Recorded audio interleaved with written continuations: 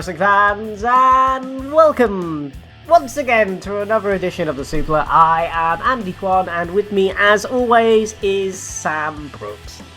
Are the rumours true, Andy Kwan? What?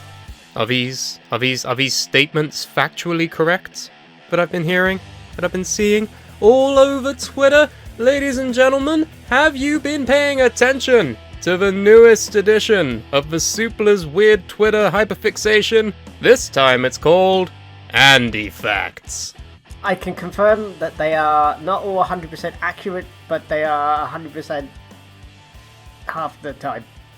Every time. 50% of the time, 100% of the time, they hit different. Yeah.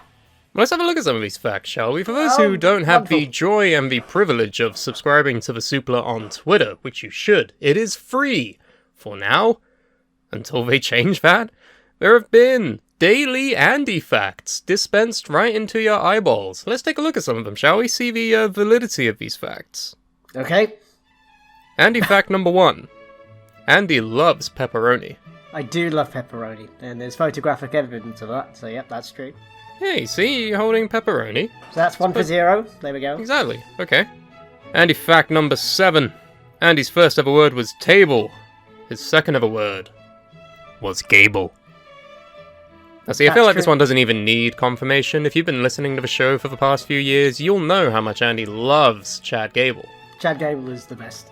He loves him so much, the love transcends time and space. His second ever word. Not his first, because he loves tables more, but his second favourite word is Gable, apparently. Well, I can confirm that my favourite word is not table, but my second favourite word is Gable.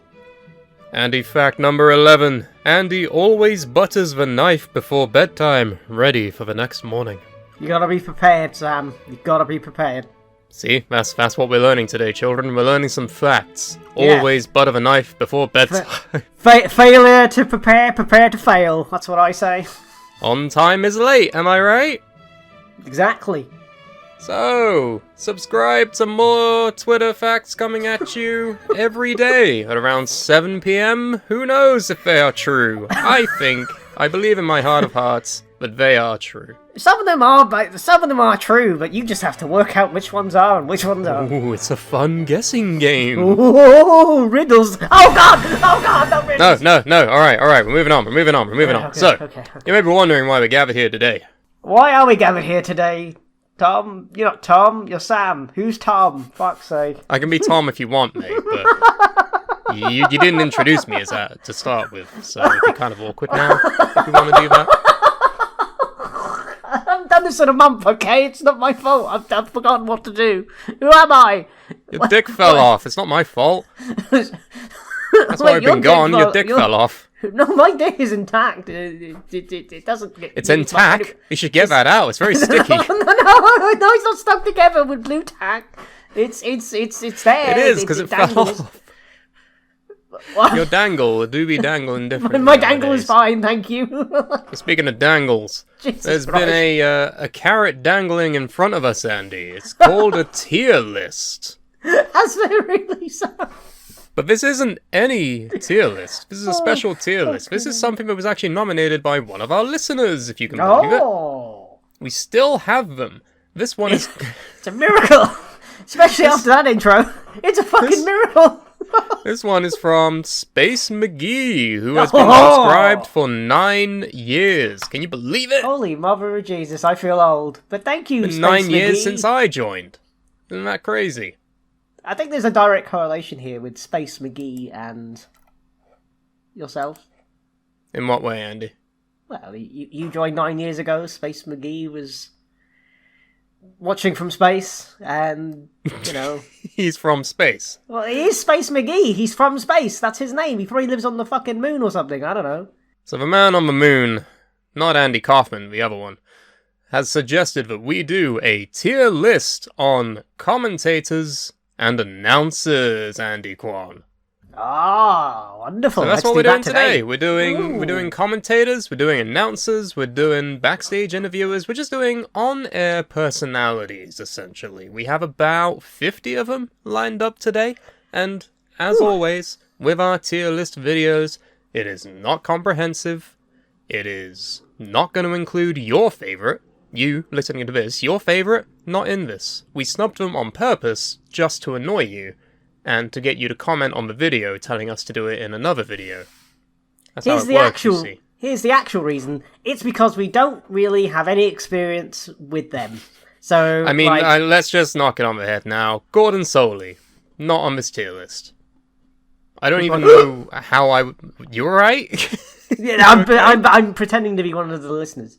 Oh, okay. Sorry. To the one fan of Gordon Soley here, I'm sure you're about 90 years old now. I have no idea where I would even go to experience his voice or anything like that. I don't know. It's just way too before my time. Any other people in here, like Gorilla Monsoon, not in this list. I just haven't experienced any Gorilla Monsoon. And what's your excuse? The same thing.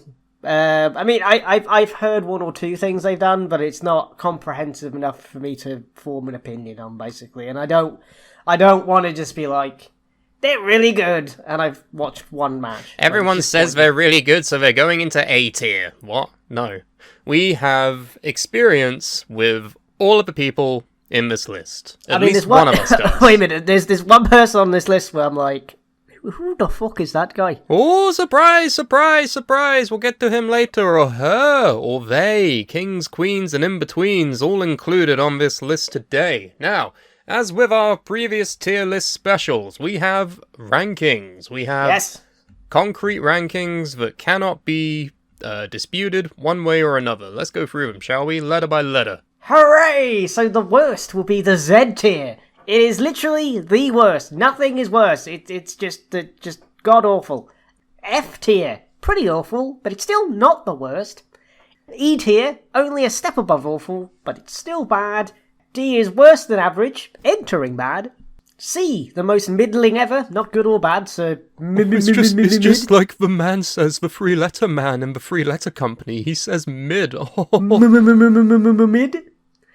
B, better than average, entering good. And then A, good, but not the best. And then S means the best, and nothing is better. Better than all the rest. Nothing is better. Better than everyone. Those are the basic descriptions of the tier list. We'll put up an image at the end of this video. We'll put a link to it in the description. Have fun with us. Play along. Where would you rank all of the following people? Let us know in the comments below. But let's not waste any more fucking time. Let's just get right to it, shall we? Alright, so the first person is Barry Scott, aka the TNA African Man. Yes, as Liam and Andy would often call him, TNA African Man, because... That's not a bad name for anybody, is it? I have to preface this, right? It was a different time. I wouldn't call him that now. It was 10 years ago.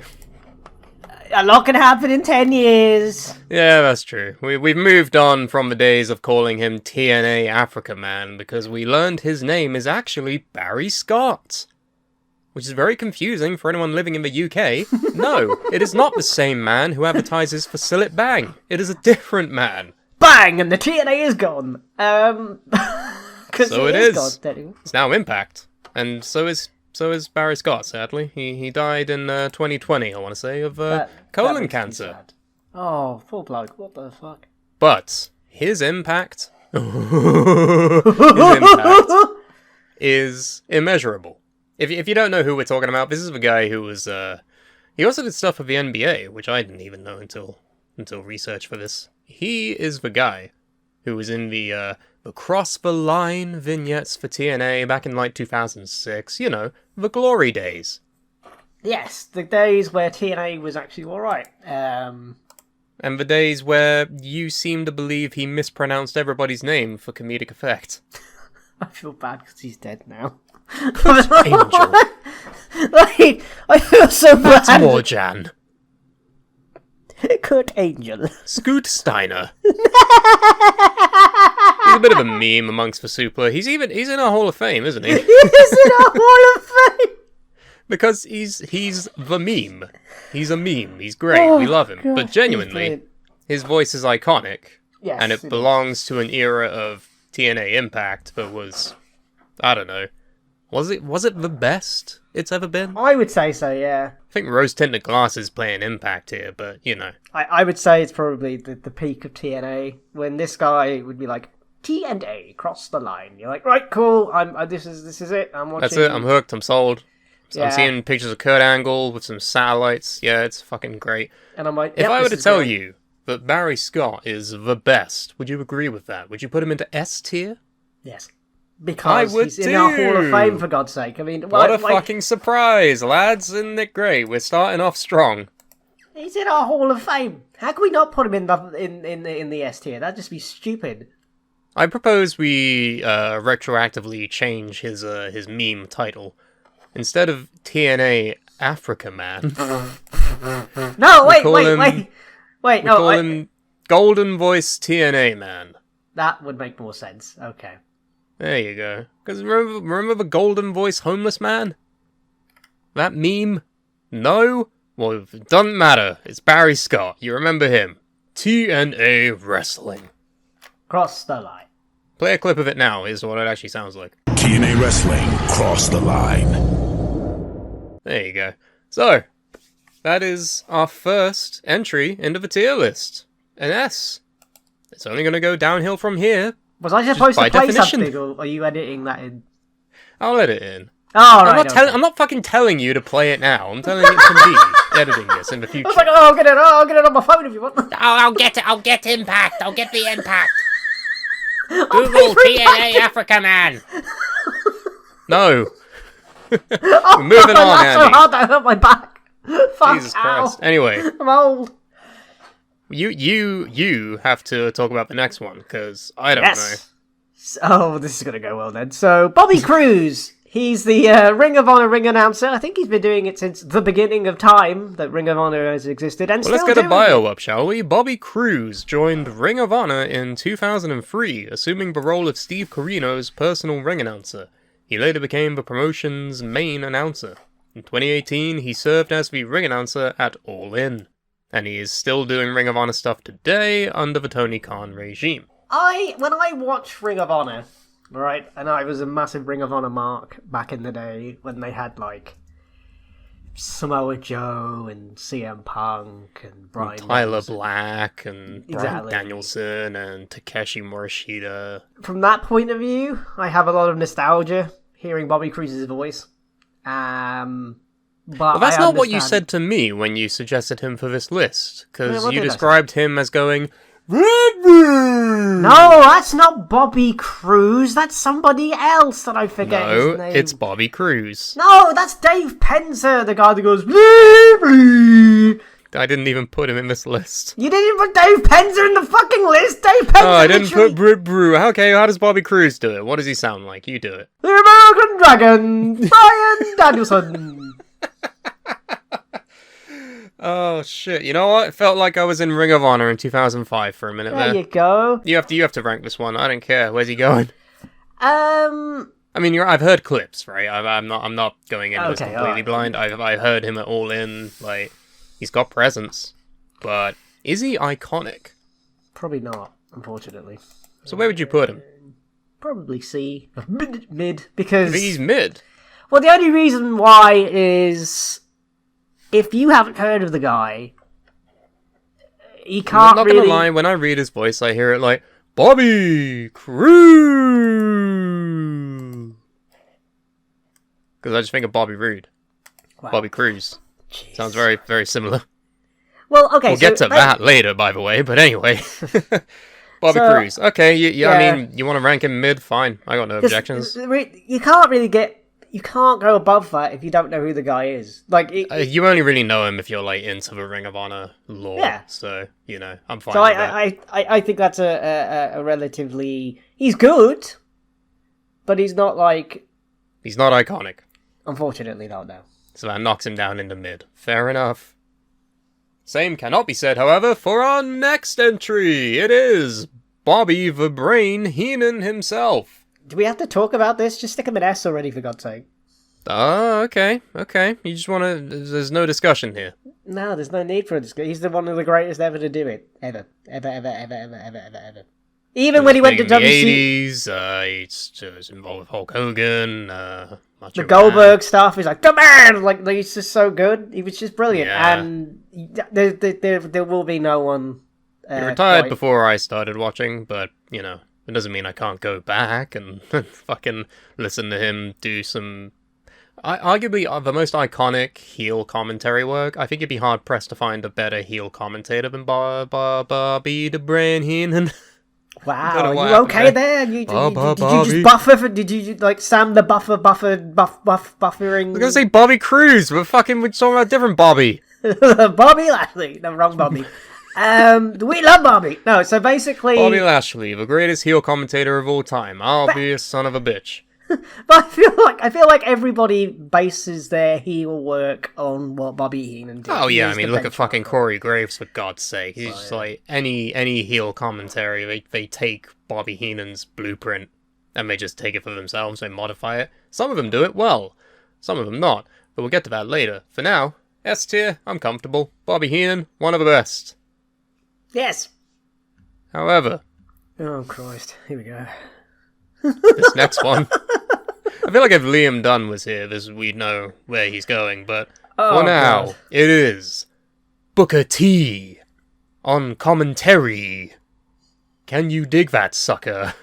Shucky ducky quack quack. The one TNA episode where he wasn't He was Black Snow. He was Black Snow. Yes, it was fucking brilliant. He was beating up people and doing commentary at the same fucking time. Booker T with a kick. Booker T with another kick. Black Snow with a kick. That's fucking brilliant. It's fucking brilliant. No, his voice is iconic, right? Like, you know Booker T's voice. That's something. He has great meme potential. Yeah, but his hello, Shucky Ducky. His commentary is wank. I'm sorry. It's not bad. It is. It's awful. No, I feel like the problem with you is you're not taking in current day Booker T, who's in NXT. I am. I watch Botchamania and I hear all the stupid shit he says. Oh, okay. So you're sampling just the bad stuff then, because it's in fucking Botchamania. You're not sampling the numerous other good possible commentary. So, oh, Matthew thinks he's shit. Oh, I must think he's shit as well. Well, no, that's not...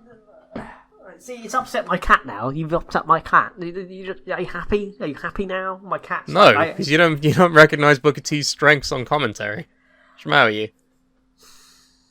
I don't know. A lot can be said that he has to be paired with somebody who's also good. That's the problem. If he's not paired up with somebody decent, then it's just... I actually really like him doing NXT currently. I think he's really good, actually. He provides a different dimension. We can go with B then, I suppose. Booker T. B for Booker. B for Booker. He is good. Can you dig that, sucker? Shucky ducky quack quack, let the pigeons loose. No. Right, okay, we need to, address this. He never said let the pigeons loose. That was Taz. No, I know. It was Taz who said I don't know why the fuck we combined Booker T and Taz's commentary together. Like, oh, shucky ducky quack quack, let the pigeons loose. Maybe it's because they're to do with birds. I don't know. Back to back, it just sounds batshit and hilarious. You know what? Taz and Booker T on commentary. Make it happen. Right? Tony Khan. That's what I'm saying. If Booker T is paired with somebody, he's actually good. Let the pigeons loose. Oh, fucking hell. What a weird time to be alive. Don't die. Andy, we have to talk about Byron Saxton. Do we have to? Yeah. Great. Okay. Byron Saxton, he's a crop of new talent. He's been doing this for, I think, at least 10 years, I want to say. 84 years.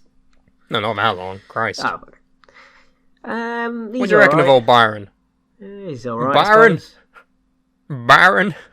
He's not great. JBL said it. Shut up, Saxton! That's what Corey says. Well, I don't understand why they all hate him. Well, the idea is that he's a fucking goober. He's like a dork. He's a fucking dweeby, bald-headed prick. Like, that's why he's just... Remember that bit? It was like the first ever pandemic show, and Steve Austin was there, and he was like, "Give me a hell yeah!" And then no one said anything, because no one was there. But then Byron just goes, "Oh, hell yeah!" And he's like, "What?" Yeah, but I mean, he's a Cole's dweeb, a dork he's a, when you think he's about a geek, he's a geek. dork, he's a nerd. That's what his whole thing is. He's relatable, he's an They're everyman. all geeks when you sit there and think about it, for fuck's sake. You're a geek. Well, yeah. And I'm not saying I'm not, for God's sake. But at what point did I get... Are you up to speed now?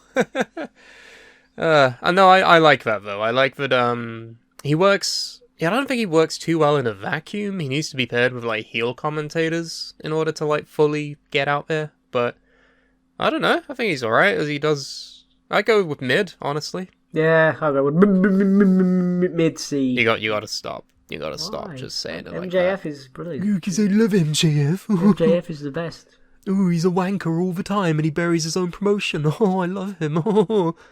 Whatever. That's another topic for another video anyway.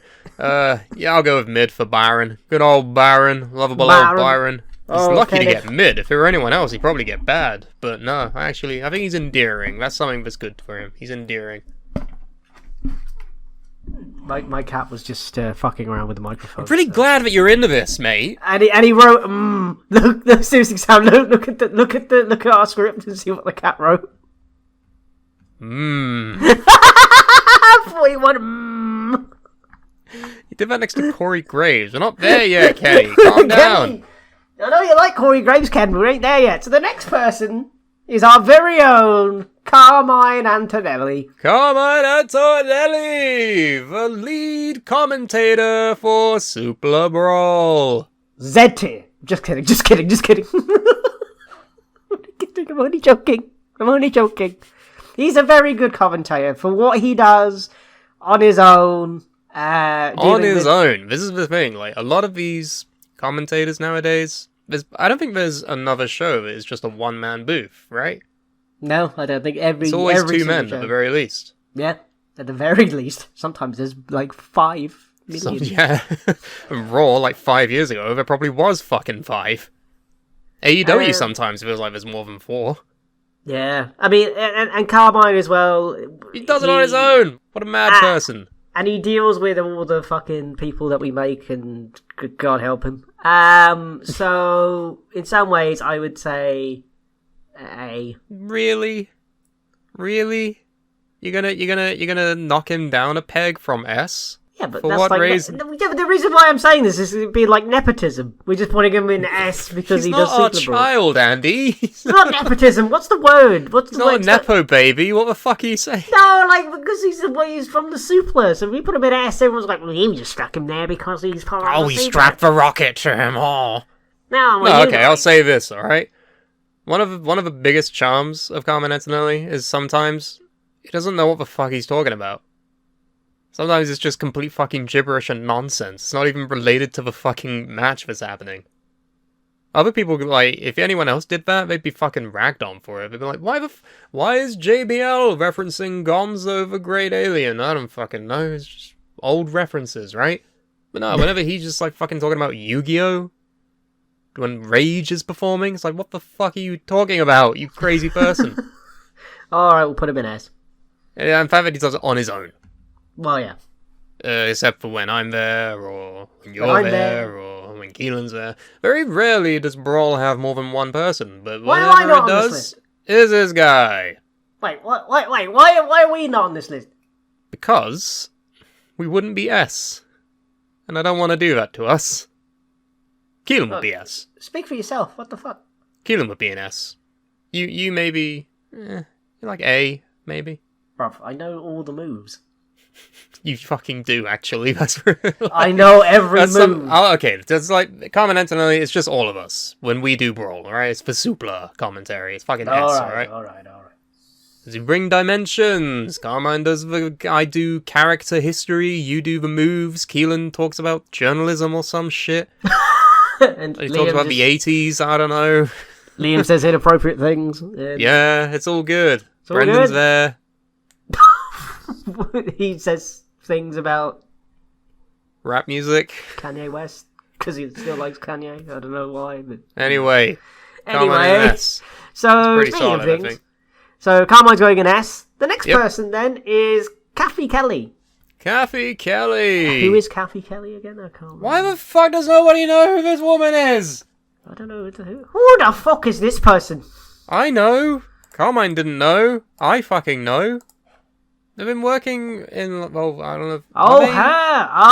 Hello. Yes, right, they are yeah, back with the company. They left for like 2 years, but they were in NXT, they were doing Raw and stuff. 2016, I think they joined, and then they left for like a few years, now they're back. But yeah, backstage interviewer. It's very, very good. But you don't know, do you? I don't know, no. I don't know, I'm so sorry. I'm sorry, I don't know. I mean, respectfully, she's very pretty, but Is it Bobby Cruz? And then fuck off. I don't know. Are you Bobby Cruz? I'm on CathyKelley.com, and she sells shirts with her own face on it. Yeah. Fair enough. I mean, fine, mid then. We can't get an opinion out of you. It's mid then. I feel like she's very good at backstage interviews, personally. The thing about being a backstage interviewer is you don't want to have too much personality, because you take away from the people you're interviewing, which can be a problem sometimes. What are you saying? Well, I mean, look at like Mean Gene. He had like a personality. You know when I said we didn't include everybody in this list because we wanted to do it again in the future? Yes. Mean Gene will be in the next one. Oh shit! Yeah, he's not on the list. Fuck.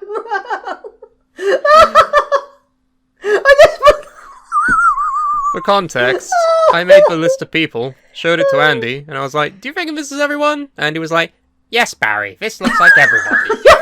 Don't lie. What the fuck do you mean we forgot Mean Gene? We got Bobby Heenan, but we don't have fucking Gene. Well, it's too late now. We have to do him again in the future.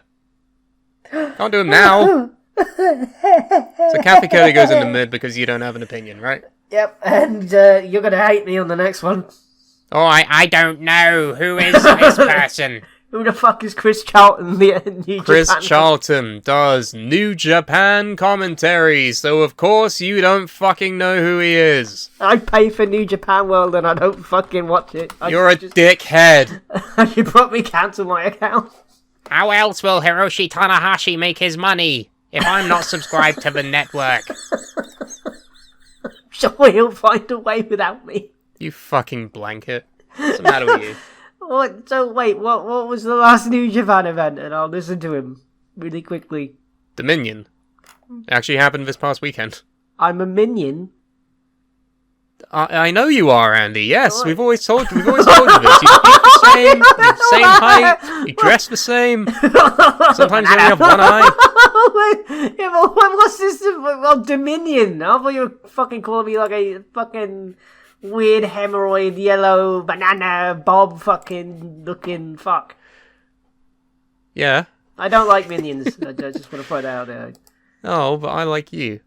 Oh, not nice. I can't hear him, so you know what? I don't know who he is. Oh, fuck it. You know what? Chris Charlton is actually very good. He's relatively new to the game. There's not even that many pictures of the fucker. I had to struggle to find this one, but he is very good at what he does. He is basically a New Japan historian. He gives great context to character moments, historical moments that happen in New Japan because he has such a learned knowledge of a promotion. It's something that's needed on English commentary because you can have your fucking Kevin Kellys and your Rocky Romeros just calling the action, but you need context for things that happen sometimes. What the Chris fuck Charlton is does great. Is this guy my long-lost brother or something? I didn't want to say anything because you do kind of look similar. What the fuck? Chris, bro, we need to do a fucking family photo. Yeah, we need to do like a family photo or like a fucking DNA test because. Oh, also selling point. He translates Japanese promos as they're happening. So when you have Okada in the ring talking stuff, you'll have Chris Charlton basically telling us what he fucking says. What? This guy's fucking incredible. What the fuck? I'm gonna put him in A. One day he'll be in A. How about Come on. Yeah, okay. He's not the best because he's fluent in multiple fucking languages, right? But he's the same as Booker T, Shucky Ducky Quack Quack. What the fuck is wrong with you? Chris, don't come at me, bro. Chris is not better than average entering good. He is great. He goes into A tier. Okay, put him in A then. Fuck's sake. Look at the disrespect, Andy. Does he say shucky ducky? No. Oh. Well, we have a contention point then, don't we? If I ever meet this guy, right, he's gonna be like, "The fuck did you say?" And I'll be like, "But I'm your lost brother," and he's like, God, the Andy family stretches further than we could have ever fucking imagined. "Oh my god, he looks like me. He really does." Speaking of things that stretch even further than they've ever imagined, Corey Graves. Oh fucking hell! It's Corey Graves, the man who used to be a wrestler. Can you believe it? No, I cannot believe it. Sterling James Keelan Bolson, man. Are you okay? Do you need to shut the fuck up for a second and just recalibrate? I think I have ADHD. Yeah, you do. Anyway, Corey Graves. Used to be a wrestler in NXT, then he retired, and he was on commentary, and everyone was like, "Oh, I wonder if he'll ever wrestle again." And then 11 years later, here we are, he's still on commentary, so that's probably your answer there. What do we think of Mr. Corey Graves? He was good at first, and now I just find him fucking irritating. I agree. It's like he's trying to be like Bobby Heenan. We mentioned it before. Like, yeah. When he was in NXT, when he started, like, the first, 2 or 3 years, I thought, this guy's fucking great. But now, I don't know. It's like, he's not even, annoyingly bad anymore. He just kind of fades away into the background. So for me, I'm going to put him in D. D? He used to be good, though. That's what we have to fucking look at. It's not just in the moment how we feel about these people. So I'm trying to encapsulate a lot of their career. I mean, I would at one point where Corey was above mid. I would put him in mid. You put him on the same level as Byron? Yeah. But you're not annoyed by Byron. You're annoyed by Corey. Corey has his moments, though. Such as? When he's taking the piss out of Michael Oh, Cole. yeah, okay. Yeah, no, when he's taking the piss out of Cole. So, C would work. Okay, fine. I'll put him in C. Hooray! C for Corey. C for Corey. The husband of Carmella. It all comes together. Wow. But speaking of coming together, it's Don Cyrus, Don Salis, Don Callis, Cyrus the Virus. Don Callis, Cyrus the Virus, yes. That Don Callis. What a dickhead. Oh, I would say where he's from, but he's been everywhere. No, literally. ECW, AEW, New Japan. WWE. He's been everywhere. He is, he's a commentator. He's also a manager. He's the mouthpiece. Well, he was the mouthpiece for Kenny Omega for a fair few years. Now he's moved over to Konosuke Takeshita. Oh, do you know who he is yet, by the way? Yes, I know who he is now. Jesus oh, you do? Oh, you know now? Okay. Yes, I know. You know now. All right. Yes. Okay, good. I'm glad we're on the same fucking page. All right. Don Callis. 69 me, Don. Remember that? I'm sorry, what are you talking about? That fucking promo that you fucking loved when Kenny was like, "Oh, Don, 69 me." After the exploding ring, you, sir, you referenced this fucking promo. Yes, I remember now, yes. No, yes, alright. I'm glad we know now. Because Eddie Kingston basically 69 John Moxley fireworks. Yes. Right, that's what happened. 69 me, Don. That's the foretelling of events, yeah. Oh, what a time. But no, genuinely, I think he's a great manager mouthpiece fella. I think he's really, really good.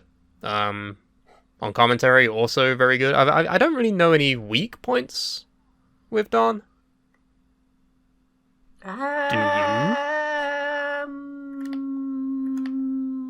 No, I don't know any. Thing is, though, it's only for the last 2 or 3 years, though. Before that, you knew who he was, but he didn't have an impact, if you know what I mean. But he's just one of the old legends of wrestling, so I'm not going to put him in S. I put him in A. His ECW stuff's really good. Oh yeah, it is, yeah. But in terms of, like, I don't know, he's not Jim Ross, you know, he's not Jerry Lawler, he's not the most iconic. No. Yeah, okay, so A would make sense. Yeah, I put him in A. Yeah. Well Right done, next to his Don. best friend, Chris. There you go. Well done, Don. Here we go. Speaking So of next Dons, Is it's another Don. Don West. Don West. Big lad, big man. Love him. TNA's Asylum years, right? And when they first... Well, he was there for a while until, like, 2009, and then the Hogan people took over in 2010. And Don was... I think he was kind of half gone, half not... Well, let's talk about this. He joined in 2002. But he had no wrestling experience. He used to work for, like... No, remember Don West's insane daily deals? Yeah, he used to work for, like, a shopping channel or something, and then... Yeah, he would sell the TNA merch. No, he legit worked for, here we go, Shop at Home Network. And as a host of a sports memorabilia show, Sports Collectibles. He had a degree in sports broadcasting. Hey, so do I. And he was actually parodied on the Saturday Night Live. Oh, wow, didn't know that. Yeah, and Russo brought him into TNA. Wow, Vince Russo actually did something good? Sorry. Vince Russo. Wait, sorry, I read that wrong. Vince Russo was going to bring him into WCW, but then WCW declined the offer, and then Russo introduced West to Jeff Jarrett, and then Jeff Jarrett brought him into TNA. That makes more sense. Alright, so he joined in 2002, and then he left in, like, 2009? He basically... Yeah, he was replaced by Taz, in 2009. Yeah. The thing about Don West, he was a manager, but then he just ended up selling stuff, and apparently fair enough. He was the director of sales and marketing for a ice hockey team in Washington somewhere. But basically Don had no wrestling experience, but what he did have was a fuck ton of enthusiasm. Yeah, I was gonna say, even the, like, littlest moves, he would be so fucking excited to see them. It's like someone who's experiencing wrestling for the first time being like, oh my god, this is great! This is fucking brilliant! That was Don West. And I think that's something deeply...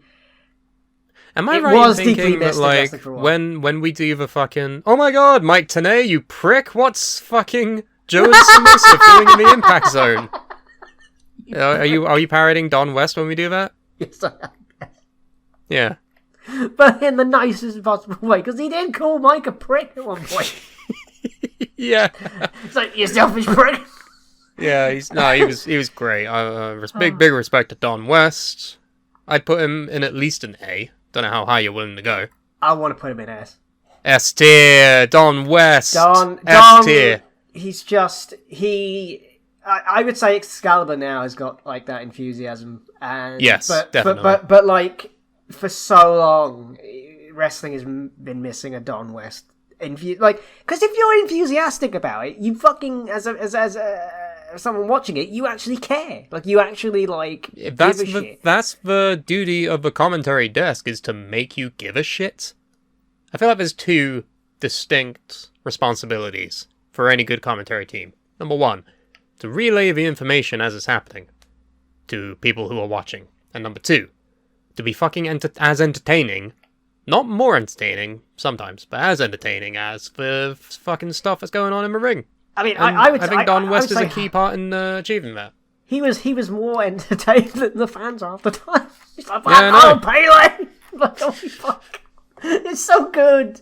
It's so fucking good. Big ups Don West. We'll put him in S tier comfortably.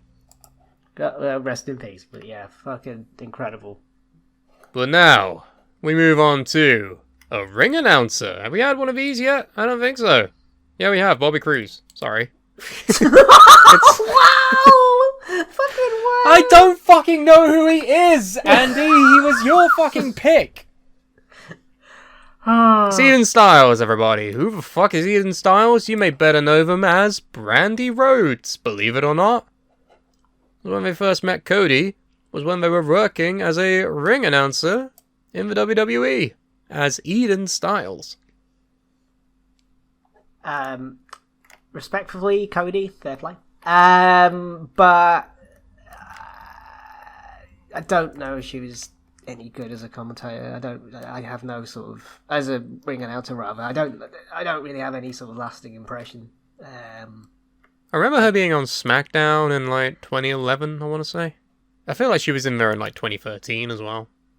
Yeah, I don't really remember what she was like as an in-ring commentator. She was in like that weird time period where, what was her name? Lilian Garcia was like winding down. And so we just had a couple of random women do it instead. I feel like she was one of them. I think she was, yeah. And I mean... we could also talk about Brandy Rhodes as a personality, I suppose, because holy shit. Oh, yeah, no, that's where I think there's shit to say about that in AEW, am I right? Well, Is this open mic night, bitch? I feel like that's probably what she's more known for, but I don't think Sadly, we can... yes. I don't think we can base that on this list, because this list is literally to do with announcers, so... Yes, famous announcers like Cyrus the Virus and Booker T. Not known for anything else. Yeah, but Booker T's a five-time world heavyweight ring announcer. But we ranked Booker based on his commentary. Yes, we know his theme song is an S. We know his in-ring ability is an S, but his commentary, it's good because Shucky Ducky. I'm also distracting myself with pictures of Brandy Rose. I've got to stop doing that. D. So my point is D tier. What? She's not great. No, D, idiot. Oh, listen. D. Oh, yeah. Sorry. Yeah, D B right next to Booker. Yeah, fucking D. Eden Stiles, iconic. No, D tier. She's not great. Deeden Styles. Deeden? Deeden. In the garden of Deeden, baby. Don't I'm you know that I love Eric Bischoff? Did you know I love Cody? And his weird tattoo on his head. It's not on his head, it's on his neck. Eric Bischoff then. He, as a commentator... I'm back! I'm better than ever. He's a man of many hats. He wasn't that good as a commentator. So there's a couple of facets here with Mr. Bischoff. We have commentary, we have manager, mouthpiece for NWO, we have on-air authority figure for the... Yeah, but this is WCW. an announcers list.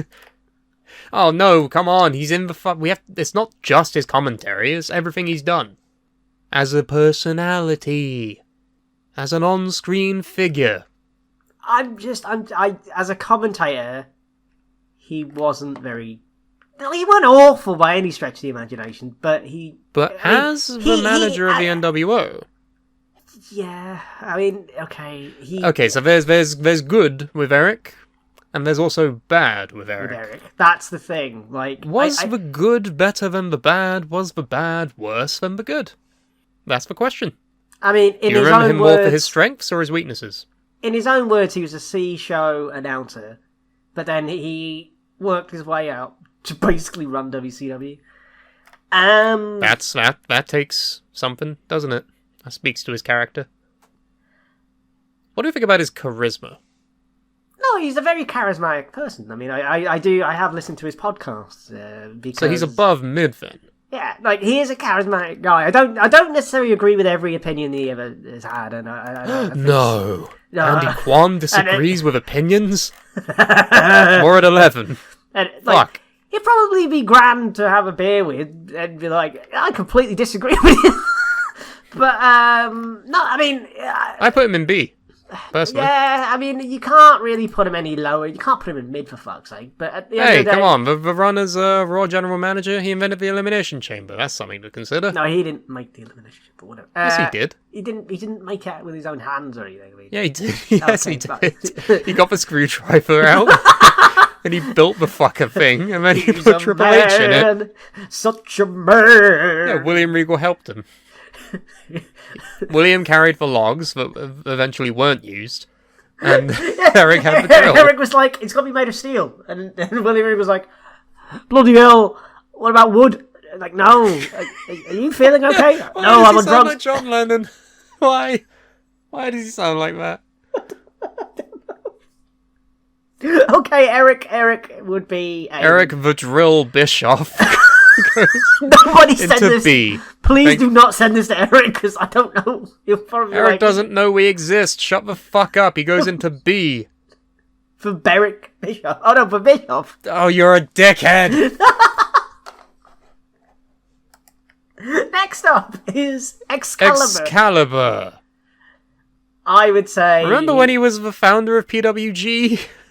Did he found PWG? Like 12 people founded PWG. He was one of them. 87. Him, fucking Super Dragon, the guy who works at Disney now because we can't talk about him anymore. A dragon who's super. Yeah.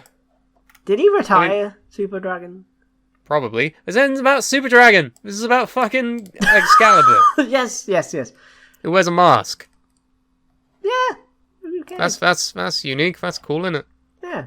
And he's knowledgeable and enthusiastic. That's the best thing about the guy, is that he's knowledgeable and enthusiastic. He used to be a wrestler. And he used to be a wrestler. So He draws back on that experience. And I don't think many people knew who the fuck this guy was before AEW. I think he's probably the best commentator in the world right now. In the world? Yeah. In the entire world? Right now, yes. Right now. Okay. Yes. Not throughout space and time, definitively. I can't say that, because Excalibur. I don't know, fucking E.T. might be better, I don't fucking know, but we don't Stone Cold E.T. says, I don't want a clothesline. I downloaded Stone Cold E.T. WWE. Fuck off, Excalibur. Where's he going? Why are we still talking about this? S tier, yes. Yes, because he's fucking brilliant. Because he's Sexcalibur. Is that his name? What is his name? Do we know his name? Oh yeah, his name's Mark. Okay, fair enough. No, that ruins it completely. What's your name? My name's Mark. Like, for fuck's sake, no. No wonder he wants to be fucking called Excalibur. Yeah, I'm Mark Excalibur. Oh God, I've seen a picture of him without a mask on. No. Cursed. How dare you? How dare you disrespect the luchador? Get off the screen. Holy fuck. Oh God. He just looks World famous luchador, Mark. He just looks like a random guy. No. No. Put the mask back on. The illusion is ruined. Kane, put the mask back on. You'll save wrestling. Excalibur, put the mask back on. Never take it off. You'll save commentary.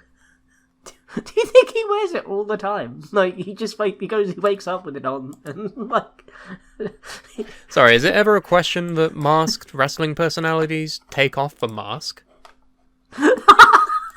El Santo never took off the fucking thing. Except he did one time, and what was underneath it was another mask. That's because he's a genius. Yeah, he's brilliant. Fucking I have a blueprint. Anyway. Yes, sorry, moving forward. Moving forward to Greg Hamilton. Who the fuck is this guy? No, Well, Andy, I'm glad you asked. I didn't even say anything. Do you know him? He was on NXT, wasn't he? Yes, and SmackDown. Well, was he actually on SmackDown now? Yeah, he was on the main roster for a little while. Oh, I didn't know that. How long was he a ring announcer for? He was in 20 NXT in 2015, and then he left in about like 2020-ish. So good period of time. I think he's good. I think he was good. I actually liked him as a ring announcer. I always remember how he announced Shinsuke Nakamura. Because you know certain ring announcers, you'll always remember like certain people who they announce. Shinsuke is the guy I remember with Greg. So he was, I mean, I'm not going to say he's one of the best of all time, but I at least remember him from the flock of random jabronis wearing suits with a microphone, you know? Yeah. I mean, they were all just clones. Just copy and paste. So he's not bad, so I'll put him in mid. Yeah, no, I agree with that one. There you go. The next one we're going to probably talk about for 4 seconds. Howard Finkel. Do you want to just do the impression, get it out of the way? Following contest is scheduled for one fall, and it's for the World Wrestling Federation Championship. And this contest will now be no disqualification. My God, when the fuck did that fucking happen? That's from WrestleMania 17. You started off really good and you just fell the fuck off. Like, what happened? Yeah, no, that's the Howard thing. The first part is the contest is scheduled for one fall. It's Howard Finkel. It's Fink, baby. S. Great. S. Fucking. We don't need to talk about it anymore. Iconic voice, sets up the preceding events and the following events perfectly. You don't need another opinion. Everyone has the same fucking opinion. He's one of the best. No disqualification. That's my favourite. Why does he talk like a ghost? I know he's dead, but please, have some respect. Fucking hell. Go back and watch WrestleMania 17 when he announces the main event. That's what he said. There's no disqualification. Follow contest. Schedule for fall. And it's a no. That's what he did. That's what he did. You're turning it into noise, Andy. What the fuck's wrong with you? Oh, shut up, Michael. Oh, by God, it's Jibble! Good old Jibbles. John Bradshaw Layfield, JBL. Oh, I feel like we have one of our definitive low rankings now. Because he's a cunt, can we just put him in Z? Ooh. I mean, yes, he's a cunt. I'm not oohing that. I'm oohing the idea that he's not the worst commentator ever. That's the thing. Oh, no, he's F tier, I'd say. Because he was good, and then ball game. But then he was ball good game first, and then he became self-aware, ball game, like AI or something. And Maggle, Maggle, ball game, Maggle. I put him in E for the Great Gonzo Maggle. Maggle. I mean, we made a joke. Everyone makes a joke. He can't say Michael. He says Maggle. We fight on Friday nights, Maggle. He's been commentating for a long fucking time. I wish he'd go away. Those two statements back to back. Yeah, that sums it up, doesn't it? I put in JBL into Wikipedia. It's come up with the fucking audio equipment company. Ironically, the speakers are better than he is at speaking. Maggle. Funny how that works. Alright, we'll put him in F then. Fucking. Yeah, I'll put him in F just because he's not actually the worst commentator. He's just a cunt and he's annoying and I want him to go away. But he has had like moments where he's actually a good fucking broadcaster, so let's not downplay him entirely. But he is a big cunt. He's a massive cunt. And that's not what you can say about this next person, Jeremy Borash. You know what? When I say hello wrestling fans and welcome to the Suplah, I parody this guy. That is the reason. He's the reason why you do this? Yes. I'll put him in S then. Because he'd be like, TNA wrestling fans, this is your Bound for Glory main event. Like, he doesn't sound like that at all. I don't even know. You're going into Finkel again, mate. That's not how he talks. Wait. Hello. No, that's not it. Hello. Welcome. No. No, stop it. You're just digging the hole even deeper with every fucking breath you take, alright? Every time I say hello wrestling fans, it's a parody of Jerry. It was the whole point. That was the whole idea. But he's very good. So he's an S. The voice of TNA, other than Barry Scott. Exactly. Where'd you put him? It's gotta be S then, really. Well, yeah. Well, A? No, he also had very good reactions to whoever he was, like, playing with. You know, certain announcers or interviewers, they will just stone-face everything and not care at all. Like, Borash was in of himself. He had a personality, which is a lot more than you can say for a lot of the other people who worked in... Although I will say this, TNA, like, 2006 time, you had a lot of the backstage interviewers, like, actually emote and, like, give a shit about what's happening. Yeah. Rather than look fucking bored and robotic, which is a lot of what WWE does. Which is bizarre, because he works in WWE now.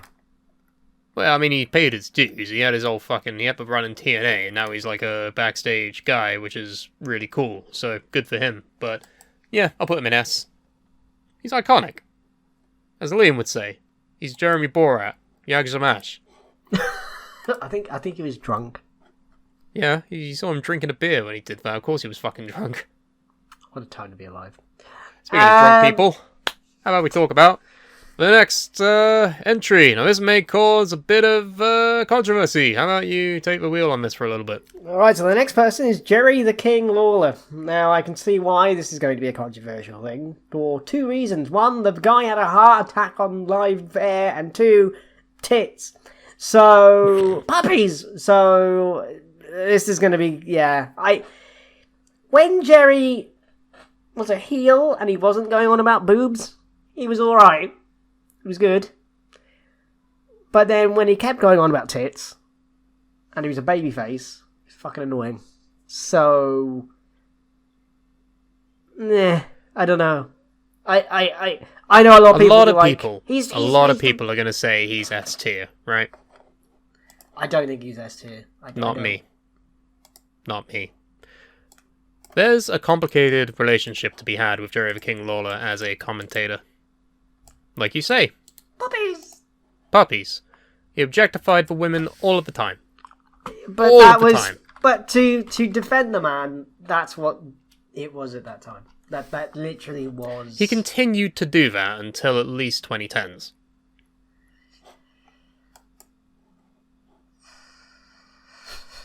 Another thing. He just made noise. Sometimes. Sometimes the noises were good, though. sometimes it was alright. It was alright when he made the noises. It's just, no. He's most iconic for being like puppies and going,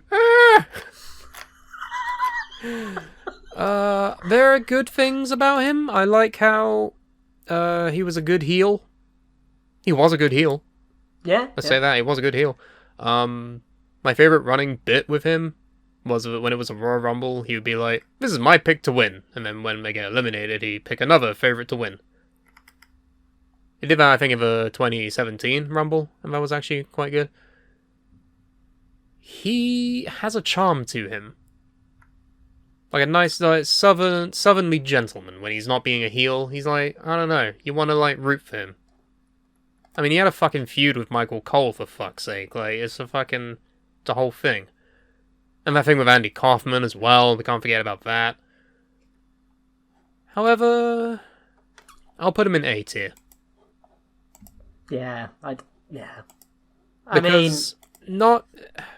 Because a lot of people could do what he did, right? A lot of people can be heels, like Bobby. A lot of people can give, like, Rolodex insults. Like, any stand-up comic could do that. It's just... He's not one of the greatest of all time. I'm sorry, he's not. And that may be controversial for a lot of people, but he's just not.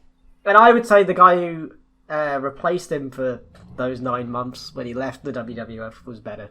So, who was that? Paul Heyman. Oh, yeah. Well, we'll get to him later. But now, though, by God, the time has arrived. 30 men will enter my ass. By Big God, man is back. I don't believe it. It's Jericho. It's Y2J. It's Bobby. Bobby Lashley, I'll be a son of a bitch. Mrs. Foley's baby boy.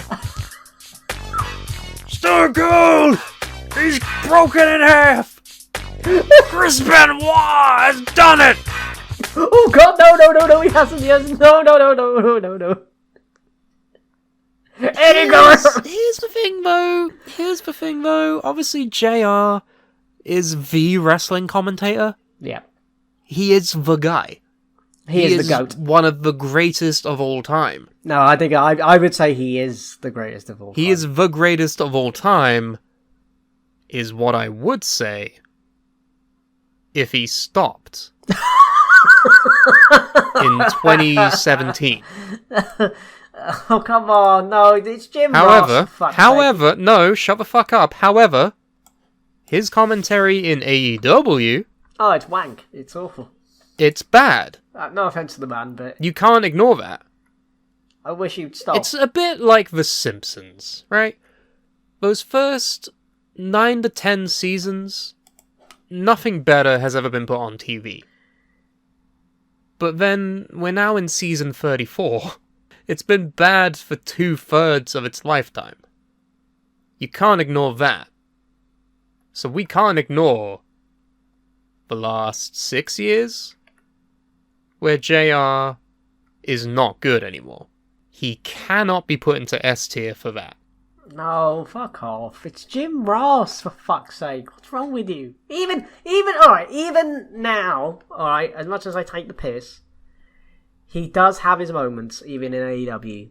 So, and he's 71. I didn't realise that. He should just stop. Just stop it now. And for me, you can't put him in anything lower than S, in my opinion. No, I'll put him in A.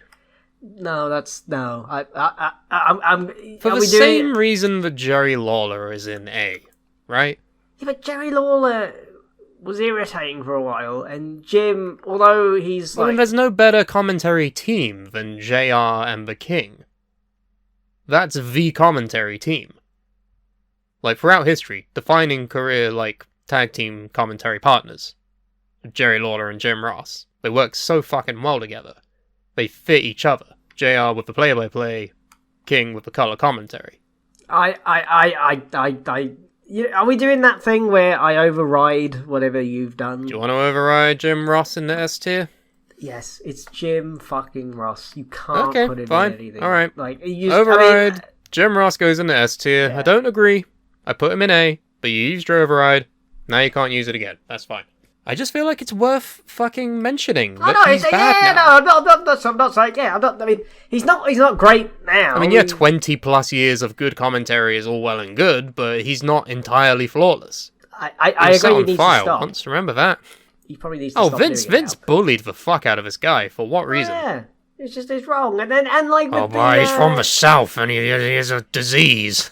Well, he doesn't have a disease. He has a fucking disability. That's what it is. That's the name. That's the word. Are you looking for there? Disability.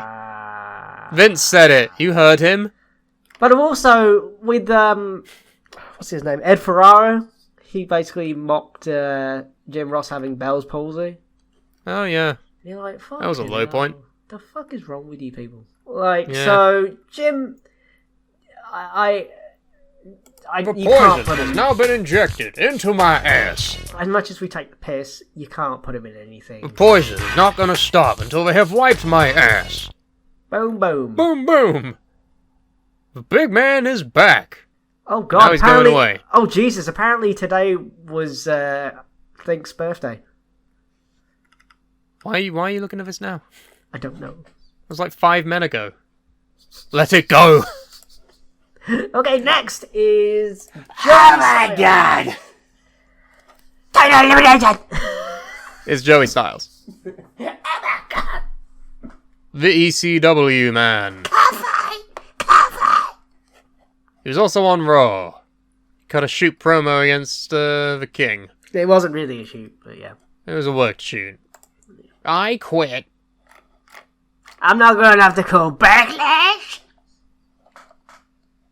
What do you make of him? His WWE run wasn't very good. And I think it's because it's Vince in his ear. His ECW stuff, much like Carmine Antonelli, he was a one-person... For the most part, he was a one-person commentary team, which is... I don't know how that makes sense. But then eventually, like, Cyrus the Virus, Don Callis, and... what the fuck's his name? Joel Gertner? Yeah, Joel Gertner, yeah. So, as a one-person commentary team, he was the commentator. There was no one else. He was good in ECW. When he was in WWE, I don't know if it was just Vince being Vince, or it's just WWE being WWE, or both. I think his run in WWE was a bit shit. And I don't think that's his fault. I think it's just the Fed, basically. I'd put him in B tier. Yeah, because there's certain aspects of his commentary where it kind of just gets on your fucking nerves after a while.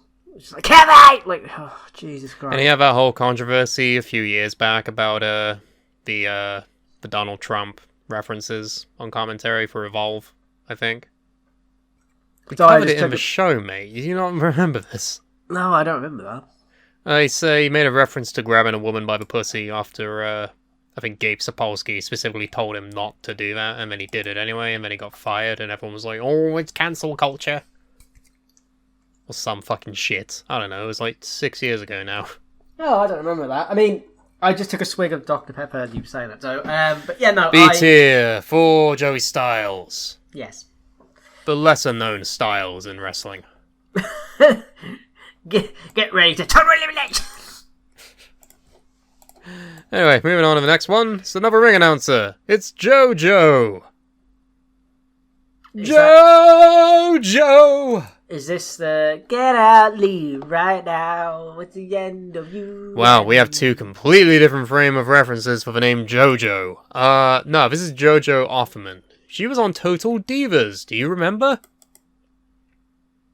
No. She had a boyfriend who wore an inside-out t-shirt. And then she became a ring announcer for several years. Is she still and there? is now married and has kids with Bray Wyatt. Cool. Fuck you. Why don't you know who this person is? I don't know who this person is. Are you the most unobservant cinderblock ever? Like, what the fuck? Why do you just not know certain people? I just don't know who this person is. Google them, you dickhead. I'm Googling it right now and I'm looking at pictures of her and I'm like, yes, very attractive, but I don't know who the fuck she is. Well, she was a fucking ring announcer for at least 6 years. Started in like 2014, 15. Was she on NXT? Yeah. But then also Vaguely SmackDown, remember. Raw, and pay-per-views. And also did backstage interviewing. I mean, I have a vague memory, but... Oh, straight into C then. Fuck it, who cares? Yeah. Sorry, JoJo, you definitely deserve better, but for now, you're going into mid-tier because Andy lacks object permanence. And if it's not right in front of him right now, he doesn't remember it. Wow. Wow, yes. Good one. Jonathan Coachman, the coach. I thought the coach was really good. He was. Then he was the worst. Modern day coach is the drizzling shits. Is he still in WWE? He was for several years, in the most, last 10 years. Oh, I thought he was still there. This is how much I pay attention. No, he's not there anymore. Oh, I've looked up the word Jonathan and it's come up with Jonathan Van Ness from... So fucking Jonathan Coachman of the WWE, Andrew, get fucking medicated. So let's start from the beginning. He was a backstage interviewer in the late 90s. He was the Rock's bitch for a few months. That was brilliant. That was the greatest thing ever. He accused him of doing sexy things with farm animals. That was funny. That was funny in the year 2000. That was brilliant. A peak of humor. And then he became assistant to Eric Bischoff as a general manager. I think he was an on-air authority figure for a little bit. Also doing commentary. Did that for a few years. I think he left in 2008, and then he came back for 2 years in 2016 to 2018. And he was fucking terrible. He was absolute fucking garbage. He was a detraction to the wrestling product. He's actually in the Wrestling Observer Newsletter Awards. Do you want to know what he was awarded? Worst commentator? Worst television announcer in 2003, 2005, and 2018. 2018? Yep, there you go. Well, that's what Dave thinks. What do you think? I thought he was alright back in the day. He weren't great or anything. I mean, the highlights were with The Rock. That's basically all you would remember him for. I'll put him in C. Just because, he's had good, but he's also had fucking terrible. So we'll cancel it out and just put him in the middle. There we go. There we go. Alright, moving on. Oh, God. This is the part where we just get to the shit ones, I'm afraid, mate. This is Josh Matthews. Known for his time both in WWE and TNA, where, guess what, Andy? He was fucking shit.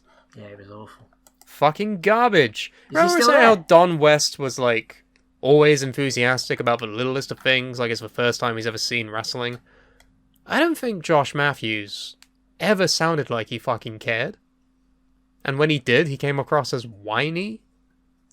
He's just so unlikable. And he had the whole heel fucking persona based around that. Like, Twitter fucking hated him. Oh, God, he was awful. I'll put him in F right next to Gibbles, honestly. Yeah, I can't stand his commentary. It's awful. It's like if you can't even stand listening to a man's voice, that's bad as a person whose job is about having a voice. It's like Michael Cole on Ambien. Yes. Right. That's how I describe him. It's just dull. There's nothing to it, and it's just like, oh, fuck Josh off. Alexander barely hanging on.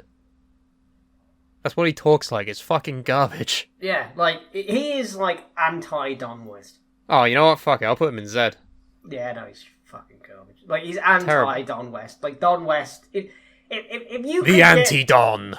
Yeah, he is like the anti-Don West. Like just go away. Just be a backstage person or something. I don't know. He was in WWE and he was All right. Yeah. That's all you can say about him. But no, fuck him. He's terrible. I want him to just have his mouth sewn shut. That's what I want. Wow. Oh, like too far? Too harsh? Possibly. Really? Fine, retract that comment. I just want him to not be employed, alright? How's that? Is that better? I don't know if that's any better. I feel like Is that better? Oh, sorry, PC Brigade. We're not allowed to wish fucking brutal bodily harm or unemployment on people anymore? Wow, what year are we in? 2023? Fair point. Moving on. Okay, but no, this one's good to be fair, mate. You want to talk about him? Justin Roberts. He is currently the AEW ring announcer and also a former WWE ring announcer, known for saying John really long. And it's either Cena or Moxley, depending on the year. Or The Undertaker. The Undertaker! I think he's really good. I'm putting him in at least A. Yeah, I would say so. No, actually, I'd be so bold as to put him in S, honestly. He's so iconic. You could type out the words in a certain way and you'd know it's a Justin Roberts thing. Like, Jern. You know? He's got, what do you think? A or S? I'd say A. I don't think. Why not S? You deny this man true happiness of being put into our S tier. No, I'm not denying him true happiness. You're putting Jim Ross into S tier, but you're not putting Justin Roberts in there? Well, you've got an override if you want, so... No, I'm saving it for later. Okay, so... Fine, A tier then, that works. No, S. Put him in S then. Yay, S tier for Justin Roberts. Not the guy from Team 10, by the way. I don't even know what that is. Jake Paul, Team 10. Remember? What about? It's every day, bro, with that... Oh, fuck you, you old man. I know who Jake Paul is. You stupid old man. I'm the devil. I wear a stupid mask sometimes that doesn't even fit MJF properly. is good. Why don't you just shut the fuck up? Sorry, devil worshipper. Forgive me. Kayla Braxton. Hey, Kayla! I know who she is. I follow her on Instagram. Oh, she has a really nice looking person. Very lovely looking personality. I think she's good. Yeah, backstage interviewer. She has a personality. Again, this is going back to the personality thing. She goes in on random people sometimes, and it's fucking hilarious. Like, give me the name of a wrestler. MJF. MJF, you just sucked shit horribly out in the ring. What is your response to that? Like, it'd be that fucking level of just fucking antagonizing people, like really highlighting the bad situation that heels are in, and it's fucking brilliant. So, she's not a robot, which is a lot more than you can say for other backstage interviewers in the Fed, in the dubs. So, I don't know. I feel like it's good territory. We're going with B. Yeah. No, B. Wait. B? B. I would say A. Hey, for Kayla. There you go. I just remember her constantly being belittled by the Iconics when they were a thing. They'd always scream her name out in the Aussie accent. It was fucking... Oh, I miss the Iconics. Anyway. Kevin Kelley, known for everything. Literally, Kevin Curly. Fucking Kevin Curly. Kevin Curly Whirly. Oh my god, new character. No. Kevin Kelley, I know best for New Japan commentary, but he has done Ring of Honor, WWE, WCW? No, he was a WWE backstage interviewer and announcer, and then yes, he was. I think he ended up in Ring of Honor randomly and New Japan.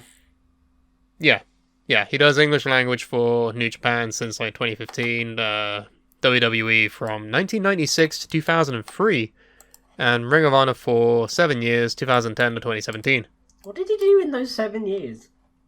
Independence, apparently. Really? Wait, what do you mean? What 7 years? 2003 to 2010. What the fuck was he doing? Major League Wrestling in 2004. Really?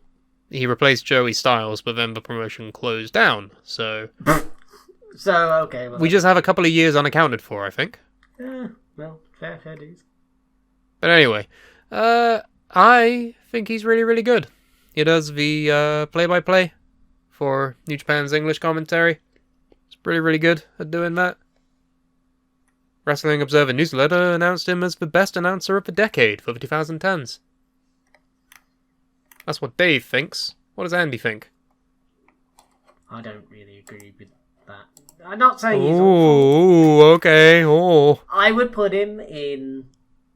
You preferred him when The Rock called him an ugly hermaphrodite. No, I would put him in a... Christ almighty, what the fuck was that?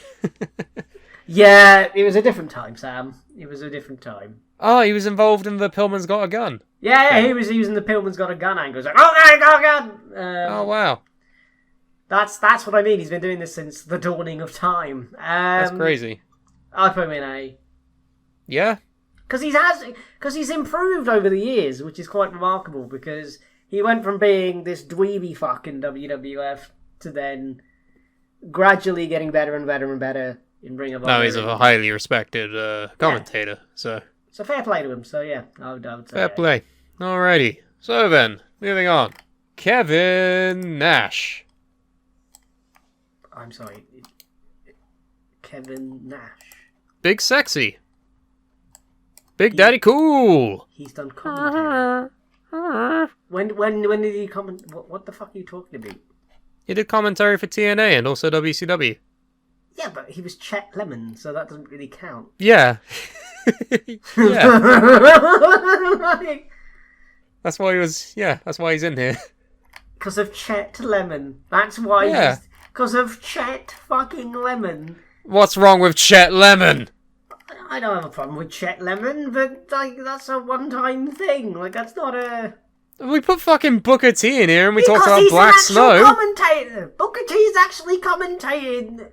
Actual, like... Not like a parody for the Main Event Mafia. Like he actually, like... Exactly, it was brilliant. He was just on there ribbing everybody, burying everybody. He was fucking hilarious while he did it. Brilliant. Apparently he's a centrist Democrat. Oh, fair play. But no, So for the centrist Democrat, we're going to put him in B, yeah? Because of his political views. No, I can't put him. We can't put him in B. Well, where are we putting him then, Bogman? Mid C. C, yeah. Yeah. I just put him in here as a joke, honestly. Yeah, I'd put him in C because he was entertaining. Yeah, that's fine. He didn't do it enough, so. He did that one time, though. Yeah, that's Chet Lemon. That's Chet. Why isn't Chet Lemon in this then? Because that's him. It's Kevin Nash. Sorry, kayfabe.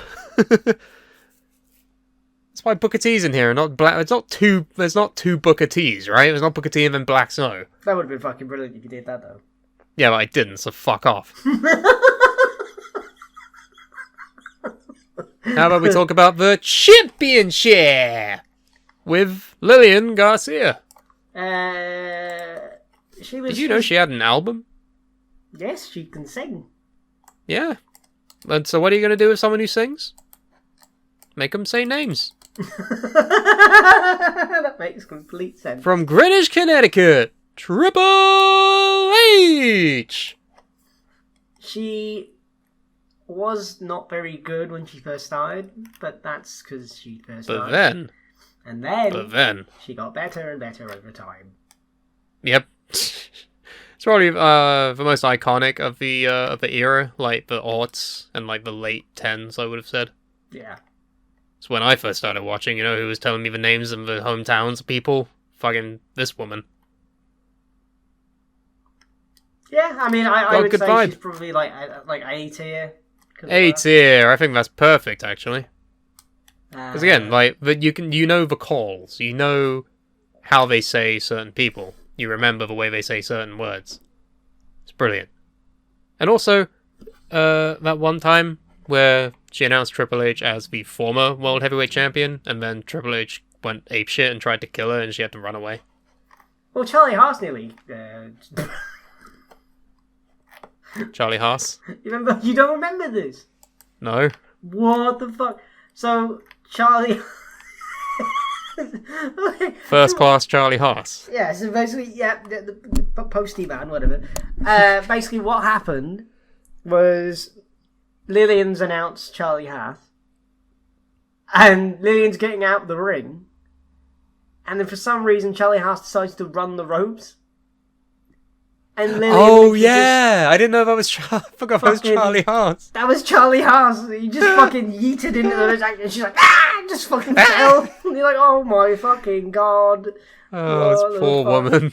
In 2006, she sprained her wrist when Charlie Haas inadvertently, I'm going to put that out there, knocked her to the ground. Why would you run the fucking ropes when the ring announcer isn't done yet? The accident was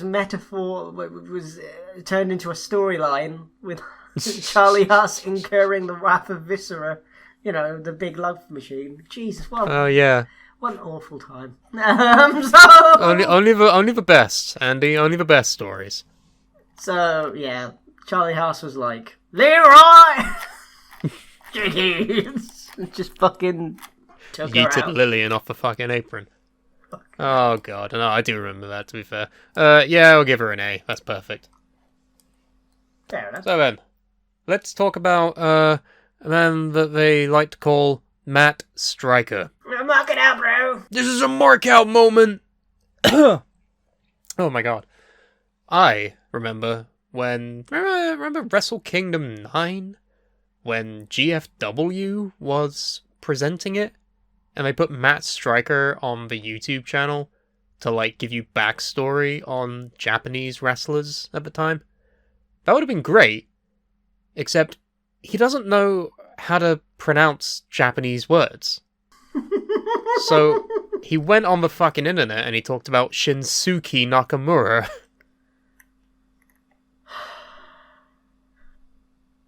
Who the fuck? Well, that was a good idea. He was alright when he first started, and then... He was a manager, I believe, of Big Daddy V, if you can believe it. Crap. He was a teacher in ECW. That was it, WWE ECW. He was a teacher character. Because who thought that was a fucking good idea? That would get him over. He did that. He wrestled for a while. He was a manager. Remember, he managed the tandem of Mark Henry and Big Daddy V. For some reason. And then he went to commentary, did that for several years. He's polarizing. I know a lot of people either love him or hate him. What are your thoughts? Dave, in 2008, gave him Best Television Announcer. Yeah, I mean, he was... But he was good in that year. It's a bit like the Corey Graves syndrome. It just sort of, you became self-aware, and it was just like... a little bit. So I can't He had some good calls. I remember Nexus vs. Team Cena when Daniel Bryan came out. He was like, the American Dragon has arrived at SummerSlam. That was good. But then also, when Booker T came out in the Rumble, he was like, this is a mark-out moment. I'm marking out. No, that was shit. Bit cringe. A little bit cringe. So for every good thing he's done, there's probably a bunch of cringy things he's done. So mid, then? Yeah, I would put him in C. No, actually, I'll put him in D. Oh, yeah, fuck it. His strengths are not that strong. Compared to, like, Byron and Corey and stuff. He's not that. Yeah, I'll put him in D. Yeah, no, that makes sense. Similarly, I believe my opinion goes with the next one. I'm going to pronounce his name because we know you can't.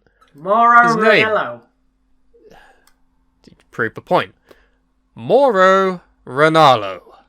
That's what I said. You said Mauro Ranallo. That's what I said. Mauro Ranallo, known for everything. No, okay, not everything. He's known for UFC as well as WWE. He was in NXT, and then he was also main roster. He had a controversial departure when Jay Bulls basically bullied him out of the job because he had bipolar. So, yeah, he hasn't returned since. I miss him every day. Stare at my framed photograph of Mauro Ranallo on my bedside table. Stroke it ever so lightly. I miss him. Isn't he in Impact? I miss him. I wish one day he would return to a product that I watch. Oh, okay. All right. I want him back in NXT, damn it. I mean, yeah, apparently in 2015 he became the first sports broadcaster in history to call boxing, kickboxing, MMA, and pro wrestling on US national television. He's done everything. He's a goat. I think he's brilliant, and I think even in wrestling, I think he's great. And it's the same. It's like the Don West thing again. He cares. Mamma mia! He cares. He gives By God. He actually, I think he's really good. And Dave thinks so as well, because in 2015 to 2017, for those years, he was the best television announcer, according to the Wrestling Observer newsletter, and CBS Sports actually named him Commentator of the Year in 2018 and 19. However... No, don't do that. He had a couple of cringe moments. Did he? There were a few lines in NXT where I'm like, why are you saying that? When Kevin Owens came out, it was a surprise as the member of the War Games match. He goes, "Holy bleep. Holy bleep." Several times. They've in fact edited it out on the YouTube replays. I think because it kind of ruins the moment a little bit. So he's not perfect. I put him in A. Yeah, no, I'll put him in A then, fine. Yeah. I've got no way. We're looking at this objectively. We're actually being, not biased. Just because he calls your precious octagon fights. Well, no, he doesn't do UFC. He does. No, he does UFC, doesn't he? He does Bellator. Oh, fucking same fucking apples, potatoes. And he did Pride. Well, we're very proud of him, but for now, we'll put him in. It was called Pride. It was Pride Fighting Championships. They have fighting championships at Pride now? Oh, it was a company in Japan called Pride. I didn't think they were very accepting of it over there. No, it's called Pride FC. Speaking of Pride, let's talk about Michael Cole. I mean, what is there to say? What is there to say about Michael Cole? If this was 5 to 10 years ago, I would have gone fuck off. But you know what? He's actually good now. When he's allowed not to, just don't give him a fucking gimmick. Or I'll say he's the greatest commentator of the modern era. But it's the same story as JR. It's the same story as Mauro. It's the same story as Jerry Lawler. He's really fucking good, but he's had stretches where he's fucking shit. And I think he's in. So I can't put him in S because I gotta put him in A for that reason. Yeah, no, when he was the heel thing where he was in the glass box, what the fuck? The coal miners? He was insufferable. Burying Daniel Bryan? Oh fuck, I don't know, man. I mean, apparently in 2011 he was given worst television announcer and worst gimmick. Because it was. It was awful. But it was bad. We remember. We were there. Fucking terrible. But now I think he's I think he's good. Without the influence of Vince McMahon, he's one of the greatest of all time. I'll put it that way. And the But thing because is, he had so much influence from Vince McMahon, well, it's got to be an A. if you stick him in there with Pat McAfee, he would have been. Oh, yeah. Yeah. There you go, then. So, moving on. Michael Foley. He was a SmackDown commentator. Started in 2008. And I want to say he continued for about a year. But he has also done Raw General Manager stints. And he's done things in Impact also. There's a lot to be said. Yeah, I mean... He's a legend. Yeah. He offers a good perspective. He was good in 2008 when I started watching. It was him and Taz on SmackDown, I think. That was a good duo. But his Raw GM run was terrible. Yeah, that was awful. Because he he didn't know how to say words properly. He just mispronounced everything. He flubbed his lines. He forgot a lot of shit, which, to be fair, he's fallen 25 feet off of a fucking Hell in a Cell twice. He's had his teeth pushed into his fucking face. Barbed wire chair shots to the fucking head. Several concussions and... He's not gonna be... he's not gonna be able to string together complex sentences sometimes, and that's absolutely fine. So, I would put him in B for that reason. Yeah, no, I agree. I think... He's got a great personality. Yeah, no, and Mick, he did a cameo for me. Yes, he did. So, yes. And I have all the respect in the world for Mick Foley. Did I ever tell you about the time I met Mick Foley? No, I don't think you did. Tell us the story. Oh, story time with Andrew. Oh, story with Andy Quan, baby! So basically what happened was it was International Showdown, which was like a wrestling event put on by the Wrestling Channel. Can't remember what year it was. And Mick Foley was doing a signing. And, everybody swarmed Mick. So basically what's happened is... I'm trying to push my way through because I can't see Mick, and somebody let me in thinking I was 10 when I was probably 16 or something. And what I forgot was Mick has got part of one of his ears missing. So he's gone, "Hi kid, what's your name?" "Andrew." "What was that?" "Andrew." "Hi James." And literally, basically, what happened was I kept talking to him on the fucking side where he hasn't got a fucking ear. So he couldn't fucking hear what was going on because you're in a massive arena. So he couldn't fucking hear. He was like, "Yeah, James, good man." And he was like, "To James, have a nice day, Mick Foley." And he wrote it down in a book I had, an autograph book. And I'm like, my name's not James. That's not my name. Brilliant. My name is not James. Oh my god. And obviously, it was corrected years later with a cameo, but I'm like, fuck's sake, my name isn't James, Mick! I just love, he could have heard Drew, he could have heard, Adam, he could have heard something similar to Andrew, but ear. no, what do you think he was James. Yes, James, that's a British name, I bet that's his name. Hello, James! A lot of people are named James, I'll hedge my bets now, sir. Have a nice day, James. Oh my god. You too, Mick. Mick. Brilliant. James Kwan. That's fucking brilliant. Cactus James. Cactus James. Hey, that should have been your gimmick. Could somebody send this to Mick and just be like, "I don't remember you at all, but that's fucking hilarious." I was talking to the fucking guy on the side of his fucking ear. Where he ain't got one. Yeah, on the side of his head where he ain't got a fucking ear. Well, I didn't know that. You're as much to blame as he is, James. Yeah, I'm a fucking idiot. I went up to him and went, "Hello," and he's like, James? Well, it's apt to talk about getting names wrong, because we move on to Mike Adamle. Oh, Christ. We got 3 Mikes in a row here. Let's go. Mike Adamle, number 1. Jeff Hardy,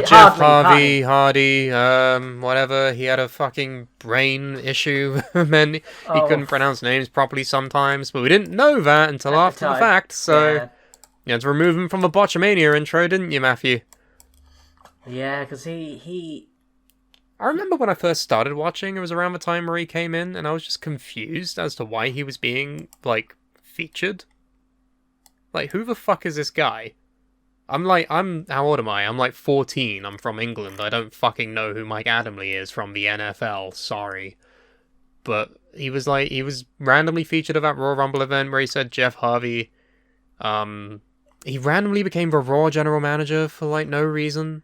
I think they did that because they knew he can't speak.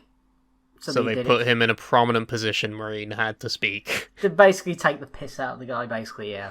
And they put him on commentary. I remember this. He was commentating ECW with Taz. And there was actually a stint. I don't know if it was a work shoot or whatever it was, but there was a point where like they both walked out in protest or something.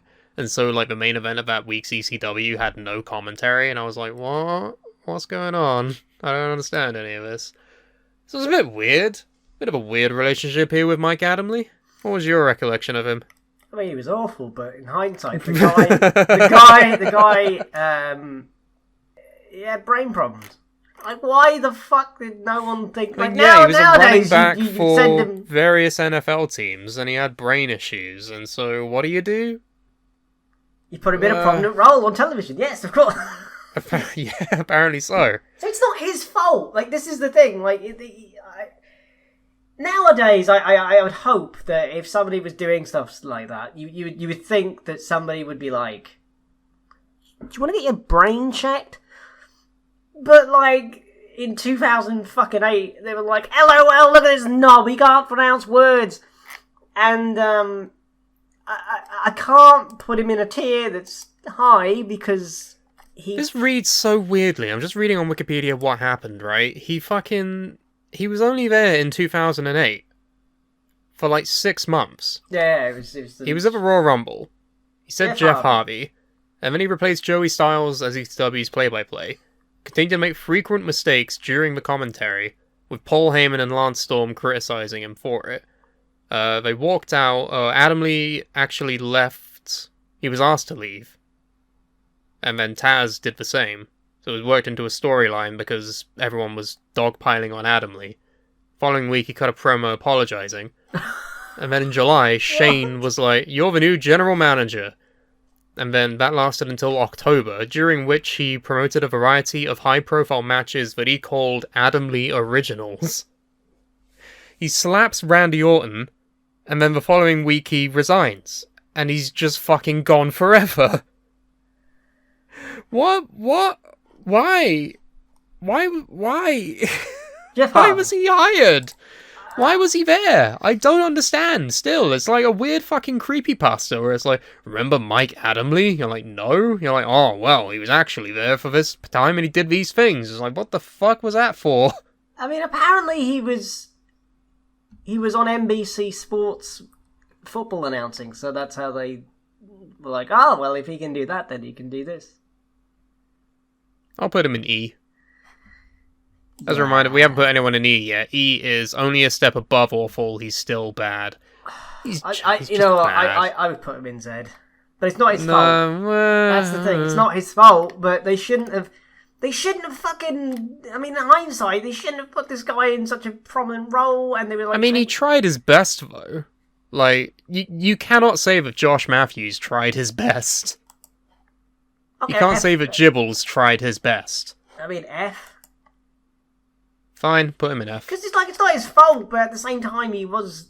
Well, yeah, it's not his fault. Yeah. How much are you going to mark him down for it not being his fault? They did stick him on international television, so what do you want me to do? It wasn't his idea. Fine, E then. Put him in E. Oh, fuck you then. Put him in E. Oh, you never get your way. I'm Bogman. Bogman? Mike Adamle. Adamle. Mike Adamle. E. Anyway, is the second Mike on the list. Mike Rome. Current WWE ring announcer. I'm now Googling because I have no fucking clue. He's there right now. He's doing it right now as we speak. Is he? He's like, ladies and gentlemen. He's a one-time 24/7 champion. I have no idea who the fuck this guy is. He's been there since 2016. He debuted with a Cruiserweight Classic. Did NXT. Nope. No Mid idea. then. Moving on. I have no idea who this guy is. I don't know what to fucking tell you, mate. Have you watched the products lately? He's in it. He says names and places where people are from. I mean, it's just like another cut and paste. Like WWE obviously have a type and they want you to dress up in a certain way. But the problem with that is everyone just is it's just bland. It's just like he's not bad though. He's just mid then. All right, fine.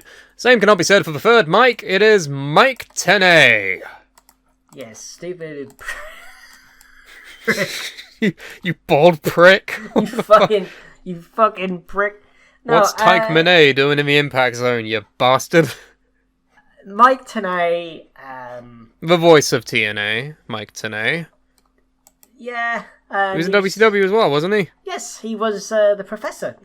He would basically, they would bring him in to give information about mostly the luchadors, because like fucking.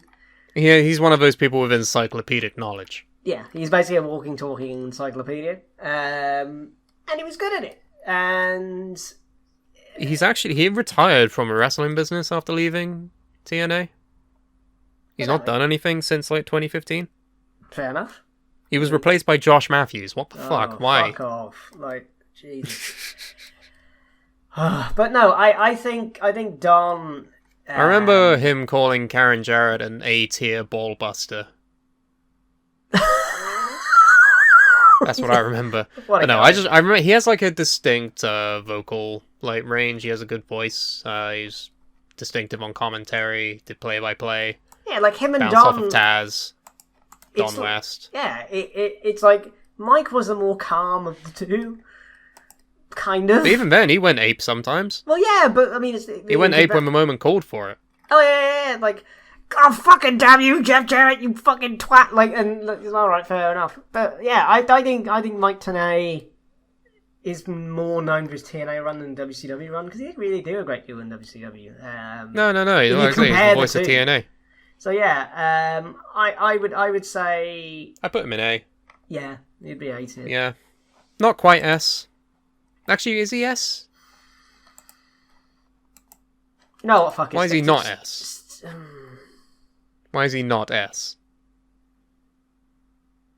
See, I can't give you a reason to stick him in S. S tier, Mike Tenay. Mike Tenay. Now we move on from Mike's and we go into our N tier. This is Nigel McGuinness. I thought he was good. Absolutely. It's a shame he had to retire, but yeah. Cut a good promo when he was Desmond Wolfe. Remember those days? Yeah. No, I meant as an announcer, I thought he was good. No, yeah. As an announcer, he's good. Very good commentary for NXT. Why did he have to retire again? I don't know. Neck issues? Brain issues? Oh, shit. One or the other. Probably both, maybe. I thought... here we go. His in-ring abilities ended when he tested positive for hepatitis B. Oh, really? Yeah. Jeez. Damn. Well, either way, he spun it into a great commentary run. Well, yeah. And I think he, as a commentator... Ring of Honor, I think he was in for 5 years. Yeah, like him and Kevin Kelly were really good. And he's been signed to AEW, actually, this year. Yeah, and he's a really good commentator. And I think, you know... There's a rumour flying around that he's going to come out of retirement for the Wembley show. But I don't know how... What would he do? I don't know. Because Danielson's booked, so... Well, not the Wembley show yet. What did you say? When's he coming out of retirement? Nigel McGuinness, Wembley... Oh, yeah, no, sorry. I'm confusing Forbidden Door with All In. Yeah, that's me. Well, they're like 2 weeks apart. What the fuck do you want? No, they're more than 2 weeks apart. They're like I don't care. 4 weeks. I know this shit because I'm going. I'm going to Nigel. All In with Keelan. Nigel. What do you think of Nigel? Nigel's great. So I would say B. I put him above Mick Foley and Booker T. Oh, and Joey Styles. Yeah, alright, put him in A then, yeah. A tier. Yeah. Very good. You have to remind me because I haven't been putting the people in, so you're gonna have to remind me. Oh no, yeah, I'll remind you of the contemporaries. So thank you. Then we move on to Pat McAfee. Or McAfee. How the fuck do you call him McAfee, which is more A's than what's in his name. You know, I had that antivirus called McAfee. I could never pronounce it, so I I think I phoned them up once, and they were like, "Are you McAfee?" I'm like, "No, I don't know what you're talking about." Well, we're talking about the former kicker for the Indianapolis Colts, Pat McAfee. No, not the antivirus company. It's really weird if you know football, and then you just see football people go into wrestling and just be wrestling people. That's basically what they all do, really, isn't it? Was he in the Colts? I think he was in the Colts. Yeah, in the Indianapolis Colts. Yeah, he was the kicker. Yeah. And then he had a random match with Adam Cole at TakeOver, which was fucking amazing. He had a match... Did he have a match with Vince? Was that the awful match with Vince? Yeah, it was. Yeah, well, ignoring that. Well, that was Vince's fault. I went fucking... No, yeah, that was Pat did what he could. Yeah, Pat's an athlete. He tried his best. Vince is a creepy old man with a mustache. Yeah. What do you reckon? I think really, really, really entertaining. Yes. Which is something that's lacking with some of these commentators. Yeah, the issue I've got is I think he has an infectious energy, and it's like the Don West thing. Yeah, but I feel like he gets really hype about things. I think he's only just started. And I think it's kind of unfair to put him in a really high tier at the minute because... Well, we can't account for the future because we don't know what the fuck is going to happen. He could be a Hall of Famer. I mean, he could be. I mean, he could be. He could die tomorrow. Who the fuck knows? Oh, God, don't say that. And then he'd have the greatest run ever. So I can't put him in S. I can't really put him in A. What do you mean you can't put him in A? Because he's got the potential to be even better and have an even better run. But he's better than people in B. Who's in B again? Mick Foley, Joey Stiles, Eric Bischoff, and Booker T. Okay, fine, stick him in A. Why do you sound disappointed? There's no B.5. We can't just go in the middle of these fucking things. That's what I would have done. I would have gone B.5. Right. Well, he's a low A then. He's in the bottom of the A tier, just above B tier. He has the potential to be S one day, but he's not quite there yet. I'm not saying he's fucking S. I'm saying he's better than B. No, I'm not saying you're saying that. I'm saying... Why are we arguing then? I don't know. Moving on then. Speaking of arguing... Ladies and gentlemen, my name is Gilbert Gottfried. Apparently. Paul Heyman has such a distinctive voice, and yet it is so hard to do impressions of him. Ladies and... No, wait. No. Ladies and gentlemen. No. My name is Paul... Howard Finkel. I'm not doing Howard, I'm doing Paul Heyman. No, you're not. Ladies and gentlemen, my name is Paul Heyman. See? My favourite time he did that was when the mic cut out during his name. So it's, my name is Paul Heyman. He's Poe Hamer. That's a Paul Heyman. So where are we putting Poe Hamer? Ring announcer, Brock Lesnar's guy, Roman Reigns' guy, commentary, the invasion story. His commentary was fucking incredible. I mean, are we doing anything lower than S? No, Paul Heyman's the guy. I mean, he's a carny scumbag. Fuck. We're in wrestling, numbnuts. How dare you expect them to be good people? Wait, what? What the fuck are you... Alright, he didn't pay some people. Oh well. It was a bit more than that, mate. Now. Like, who gives a fuck? He did a lot more scummy things than that, mate. Potentially, yes, but... Oh, it's Paul Heyman. The beast incarnate, the one behind the 1 in 21 and 1. Paul Heyman is... I have... You love him. I know he's done some shitty things. Ah, fuck it, he's an S tier, I don't care. There you go. See, that's what I mean. It's like, who gives a fuck? It's really weird. You wouldn't say that about anyone else in history, would you? You'd be like, oh, he's done some shitty things. You know what? He's alright, though, isn't he? You know what? He makes good facial expressions, so we'll give him a pass. Oh, he ran ECW. He managed for Ryback, we'll give him a pass. You know, he's... He's infectiously good. I don't know. You know, he may have fucked Stephanie, but we'll give him a pass. It's Randy Savage. Because he was a commentator, remember? Oh god, yeah. Is he in this list? He's next, dickheads. Oh, that's what we're talking about. Wonderful. As a commentator, he was fucking shit. Oh, was he? Yep, fucking garbage. Why? Oh, he's just shit. It was just wank. It was bad. Why? Because it was bad. Oh, great. Real good insight, mate. Oh, I'm in the danger zone. Like, it's just bollocks. That was a promo. That wasn't him on commentary. Oh, I thought that was him on commentary. I'll take that. I don't know. I don't know. It's Randy Savage. Come on. Why is Dusty Rhodes not on this list, by the way? Because we forgot him. Okay, because I was about to say he got a bicycle, but that was Dusty Rhodes and not Randy Savage. You're thinking of Botchamania intro again. Stop it. Randy Savage, snapping with Slim Jim. He was bad on commentary. Why? Because he did tangents. Oh, no. Yeah, he just sort of went off on one. It's fucking Randy Savage. The Macho Man. The Macho Madness. I put him in C. Oh, he's not mid. He's not mid. Who's mid? I put him in B. Oh, put him in C. Why? He's not mid. As a wrestler, he's like S. As a commentator, he is C.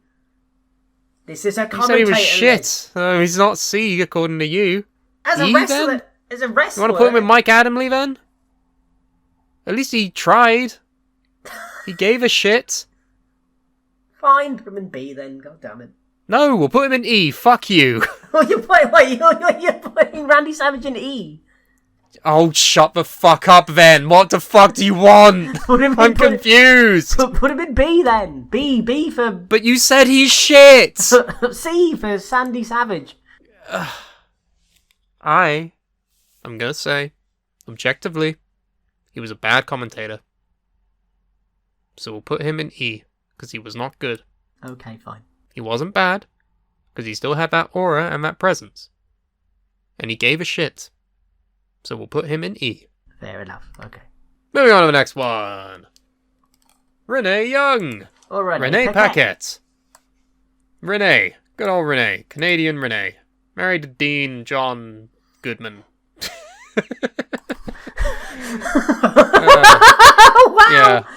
Related to John Moxley, John David Good. Yeah. John David, good. Man. What's your name? I'm a hardcore wrestler. I'm John Good. Great point, James. Shut up, Rick. Renee Young. I really like Renee. I really like Renee. Renee is great. Really good. Great at backstage interviews. Great with talking smack. Great personality. I put her in A if it were me. Not quite S because she's not perfect. No, her commentary wasn't great, but her... No, I think it was good. It wasn't perfect, so I'm going to go with A. I would go with A, yeah. I think great. That's a fair... And since she's appeared in AEW, I feel like the AEW presentation side of things has gotten better, if that makes sense. Oh, yeah, for sure. Yeah. So then... Alrighty, who the hell is Samantha Irvin? Samantha Irvin is a current ring announcer. She announces for Bloodline. She announced Imperium. Oh, she her. Announces... Oh. Yes. Right. Yes. Where would you put her? It doesn't matter where you put her because I'm using my override. Oh, fucking hell, right. So where... Oh, God, don't put her in S. Samantha Irvin goes into S tier. S for Samantha! Hooray! Yes, for Samantha tier. Shut the fuck up. Stop it. Yeah. No. Legitimately, Samantha Irvin. Been doing it for about a year, maybe. 2 years, tops. Incredible presence. Incredibly great at announcing names. But one thing she has to fucking do is say the right names. And the way she puts spins on them, she does it with such ferocity and intensity. I'm like, my god, where the fuck have you been my entire life? I've needed you in this wrestling product to get me amped for it. It's fucking brilliant. Couldn't go wrong. S tier. Apparently there's a picture of Paul Heyman staring at Samantha Irvin when she announces Roman Reigns, and Paul Heyman's face is like, what the fuck? That voice comes out of your mouth? What the fuck? Yeah, right? That's another thing. Can you believe it? It's like she's a trained opera singer or some shit. It's fucking brilliant. Oh, well, fair play. Okay, well... Can't be saying about the next person, though. White trash and rednecks! No, bruv, no, he's S. I don't give a shit. Scott Steiner. Scott Steiner is the greatest. The TNA ring announcer for one night only. The greatest announcer they ever had. Hailing from Dunkin' Donuts! From the fat side of obesity!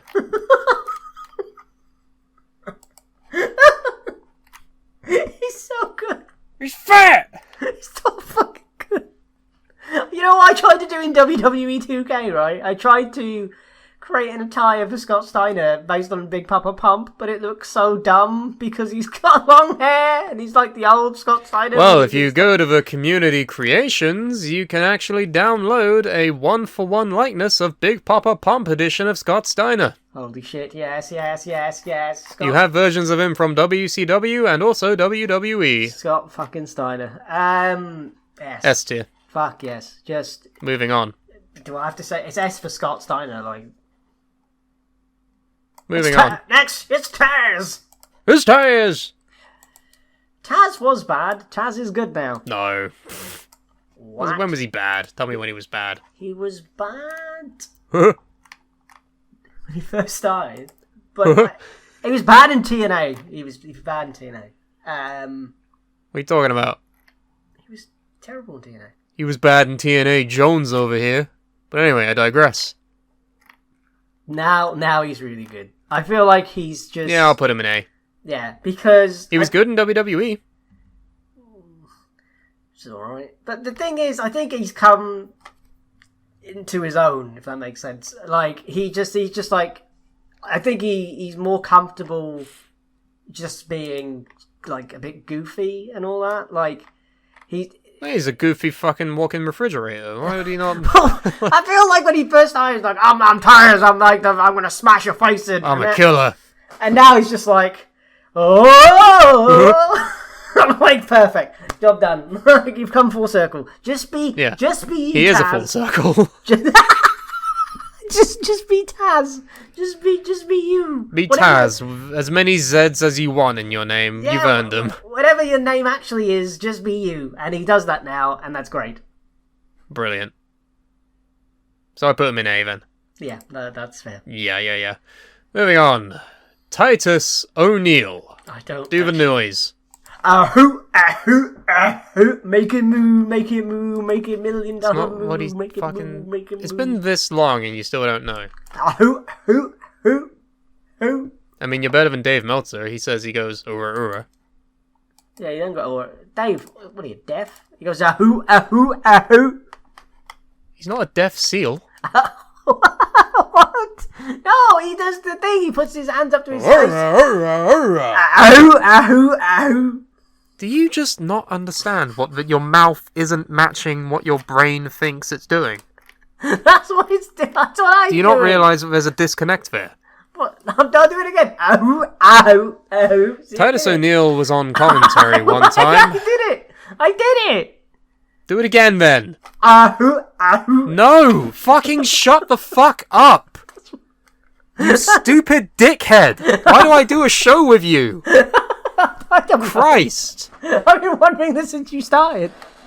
Titus O'Neil. He did commentary once, and then he told Jerry Lawler he was about to come to the end of his breathing. Wait, was that Jerry Lawler who said that? He said that to Jerry Lawler. Oh, that's probably This was after the heart attack. What? Why doesn't he? He's like, you're about to come to the end of your breathing, Jerry. Please don't say that, Titus. I nearly did. Like, permanently. You fucking idiot. Ahoo, ahoo, ahoo. Ah! Make it move. Oh god, if you make the noise one more fucking time, I'm gonna slap you, so just fucking shut up and talk about I'd him. like to see you try via the internet. Like, how are you gonna do that then, bruv? I know where you live, you dick. Oh, well, it's like an 18-hour journey from where you live, so I like to... Try me. I don't think you have the facilities Fucking for that try right me. Fucking try me, little Alright, man. well, I'll see you Try later, me. yeah? Yeah, you want to get on a train right now, bruv? So, Titus?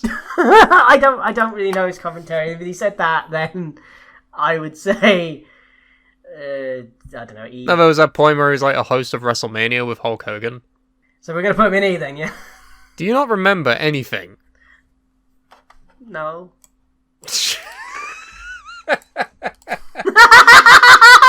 Yeah, put him in F. That's the greatest line in the history of this.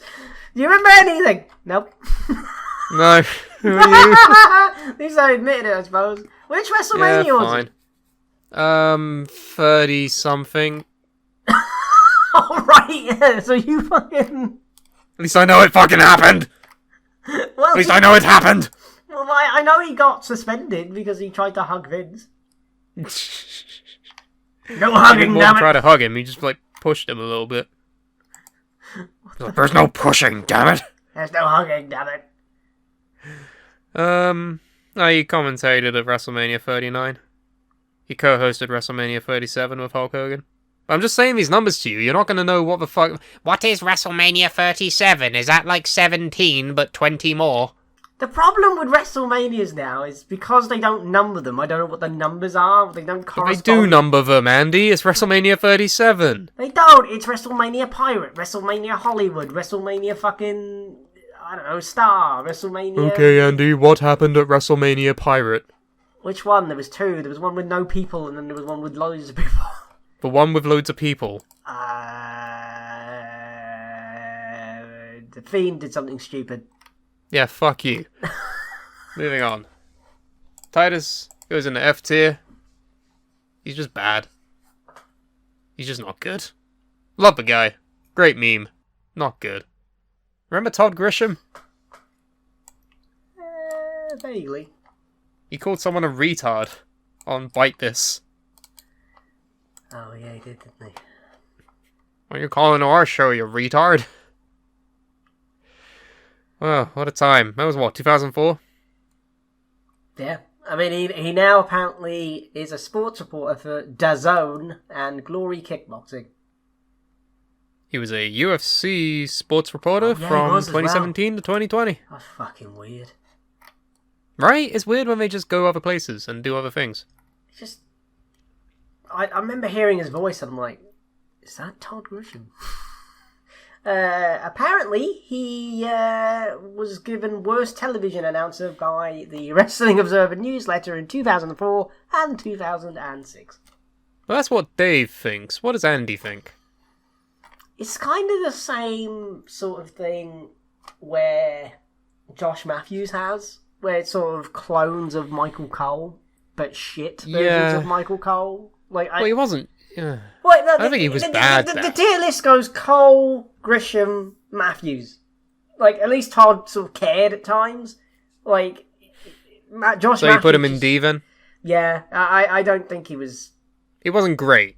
D is... awful, what was D again? D is worse than average, entering bad. Yeah, I'd say that's Todd Grisham. I would put him in C, to be fair.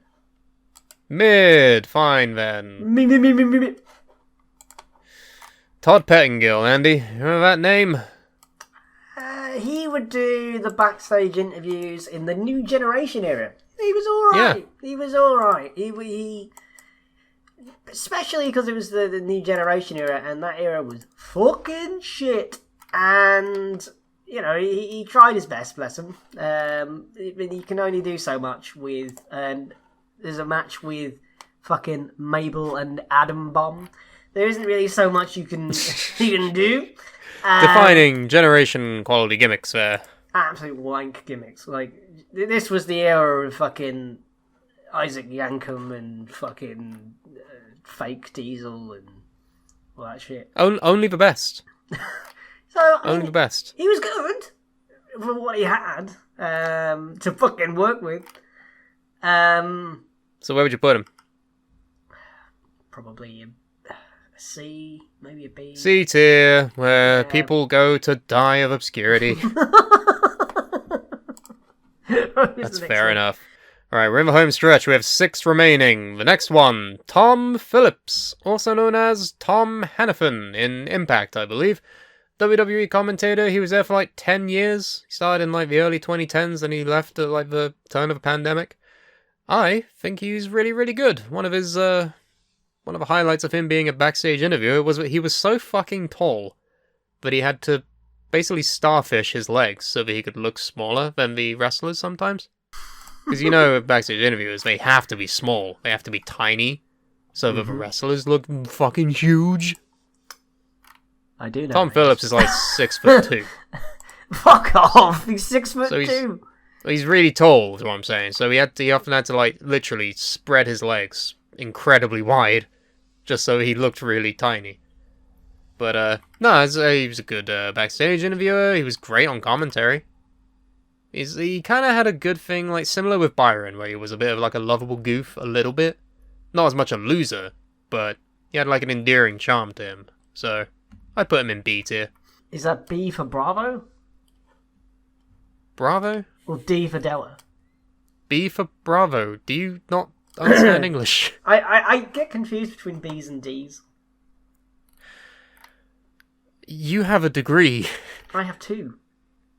No! I have No 2. way! I have 2. Ow! You don't know the difference between letters. I do, but you have to. That's why the phonetic alphabet exists. That's why people say Alpha, Bravo, Charlie, Delta, because it fucking sounds the same. Yes, but we talked about Todd Grisham, not Todd Grisham. Yeah, I can say Todd Grisham. It's just D's and B's sound similar. That's why the phonetic alphabet exists. That's So the Tom point. Phillips goes into Bravo, Good, right? the dead television channel from like the mid-aughts. Oh god, yeah. TNA was on that network. Yes, explains a lot. Anyway, let's talk about the man who said the rated R superstar, Tony Chimmel. Michael Cole would take the piss out of Chimmel, and I don't know why. Because he said the rated R superstar. They I would don't know. really, like, lay into him and just, like, take the piss out of him and stuff. And you're like, why? I mean, he was good. Yeah, I mean, he was good, so I don't understand. But He was there from, like, what, the late 90s to mid-aughts? Yeah, I thought he was really good. He had a feud with Mr. Kennedy. Yeah, he did, didn't he? That was brutal. That was really shit to watch. He's like shoving donuts into his fucking mouth. Like, what? He's not even that fat, guys. Yeah, it's a bit mean. Why is Vince a fucking dickhead? Like, why does he always fucking do this shit? I've been asking myself this question for nearly 30 years, mate. That's fair. But no, he got a reputation as for being, he said for rated R superstar. Edge. Just to be clear, Tony Chimmel is not for rated R superstar. No, by no means. I mean, I would put him in B. I put him in B as well. For Tony Brimble. Anyway. Next is Tony Schiavone. Tony Schiavone. As Hulk Hogan would say. What did he call him? Hulk Hogan would call him Tony Schiavone. Let me tell you something, Schiavone. Exactly. Schiavone Adams. But it's Schiavone. Tony Schiavone. That's it. Yeah, no, I think he's. It's weird because... You're going to talk about him more than me because I don't have much experience with him, so... So, like, his WCW run, let's put it this way. In the Wrestling Observer in 1999 and 2000, right? Yeah. He was the worst television announcer, according to Dave, right? Now, why is that, Andrew? He would get, like, names wrong of moves, and it just sounded like he was sort of... Not like Josh Matthews level, but kind of... Oh boy, like it's that kind of. Oh boy. And like I don't know, he just was a bit shit, and. But now he's not, right? He's actually really good now. This is the guy who said that'll put butts in the seats, right? That's not his fault though. He was told by Eric Bischoff to say that. But he did say it though. That's my frame of reference with him. Oh yeah, it's besides being the AEW guy now. And I think he's a lot better now. I think... WCW folded, they stuck him in an office for 20 years and he wasn't allowed out. And now he's finally back out. Apparently, what did he do? He became a morning sports anchor in Gainesville and Atlanta. Oh, so that's probably why he got better. He's 65? He worked at Starbucks. He's 65 years old? Yeah, he was born in the fucking 50s? Yeah. Wow, okay. he looks good for his age. Unless he just has hair dye. I mean, I think... Probably what it is. I think he's improved over time. And when they announced that Tony Schiavone was coming back, I was like, oh yeah, he exists. Because, like, after WCW... Oh yeah, he's a real man. Literally, after WCW, he just fucked off the face of the earth. Like... but obviously he didn't. I mean, Mike Tenay did the same fucking thing when TNA folded. Oh wait, no, he didn't. Some people will just fucking leave the business, and if anyone is allowed to do it, I think it's fucking commentators, like ring announcers and shit. They play an important part, right? Without them, it would just be really fucking boring.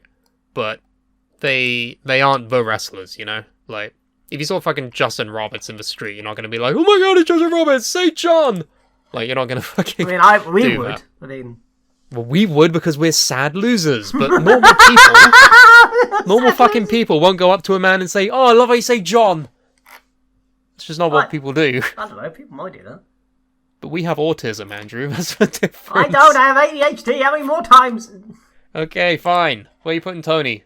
Maybe I am autistic. What? So, Tony is... Is he A tier or is he B tier? Who's in A? A tier, we have Chris Charlton, Don Callis, Jerry Lawler, Kayla Braxton, Kevin Kelly, Mauro Ranallo, Michael Cole, Nigel McGuinness, Kevin Kelly, Pat McAfee, Renee Young, Taz. Who's in B? Booker T, Eric Bischoff, Joey Stiles, Mick Foley, Tom Phillips, and Tony Chimmel. Oh, I'll stick him B then. B tier? Really? Yeah. You don't think he's A tier even nowadays? Alright, put him in A then. I'm asking a fucking question. I'm not demanding you fucking move him. I'm asking a question. I mean... Is it because when he was bad, it was bad? He has that stink on him, or no? I mean, there's a quote here. At the height of the Monday Night War, Tony's voice was vital to the on-screen product of WCW as Jim Ross's Oklahoma growl was to WWE. So I think... just stick him in A, just for that alone. That's that's fine. That's fine by me. Because he was the voice. He was basically the voice of WCW. So. Oh, okay. Well, there you go. Now he's one of the voices of AEW, alongside Excalibur and Taz and Ricky Starks and Chris Jericho and Tony Khan and Don Salad. Don Salad. Don Salad. Anyway, 3 men left, Andy, and I feel like we're going to power through these because we know what to do with them. Yeah. Next up. The commentator for the WWF, nothing else, we promise, Vince McMahon. He was fucking awful. What a maneuver! F. Or Z. Just... Z. Z. What a maneuver! Oh my! Why? Why? Why did this happen? Vince, as a commentator? Yeah. That's what he's brought in to do by his dad. That makes sense then. He's a Nepo baby. Alright. Yeah, his old man, he was brought in as a commentator, and then he... But did he own at the same time that he was commentator? Yeah. No, basically what happened was his dad owned it. So what the fuck then? Okay, so it's a bit of a weird timeline, and I am basically speeding through this, but when his dad owned the WWF, he was a commentator. Then he bought the company off of his dad, and he was still a commentator. And then... But they made up a fictional man to be the owner. Why didn't he just be the owner? Yeah, they made... They what was his fucking name? Jack Tunney. He's not a real person. Jack Tunney, not a real person, right? And then he was a commentator from then through to mid, 1990 fucking 7. Attitude era, basically. And... yeah, he was awful. And then he's suddenly Mr. McMahon who owns the ship? Like, what? Yep, that's what happened. Stupid. Anyway, yeah, he's the worst. I've heard him. He's shit. He's shit then. He's shit now. I fucking hate him. I want him to die. Wow. Okay. Well, yeah. Wade Barrett. I'm afraid I've got some bad news. I've Wade Barrett. I've heard a bit of stuff. He's all right. He's in NXT. Yeah, he's all right. It's not terrible. Not great. He had a good time whenever Mandy Rose was on screen. I'm sure we all did. Also, he's got a distinctive voice. He was always able to cut a good promo. Yeah. So that helps him when he's doing commentary. But yeah, I think he's really, really good. I think he's solid. I mean, Put him in B. yeah, B, yeah, go on then. So then, finally, the final man of the list. None other than one William Regal. Ah, what a guy. What a guy. He's been fucking everywhere. But, in terms of on-screen presence, we're talking Raw General Manager.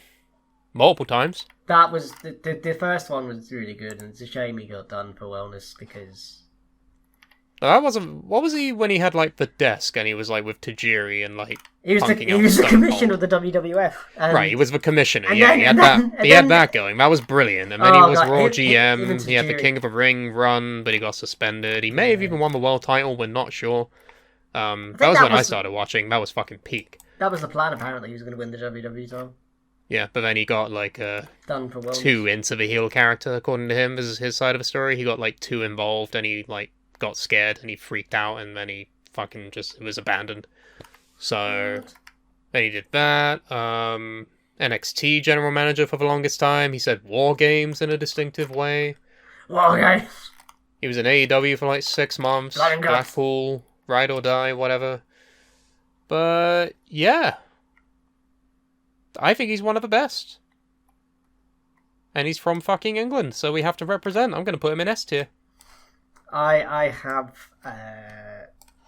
all the respect in the world for Steve Regal, so yes.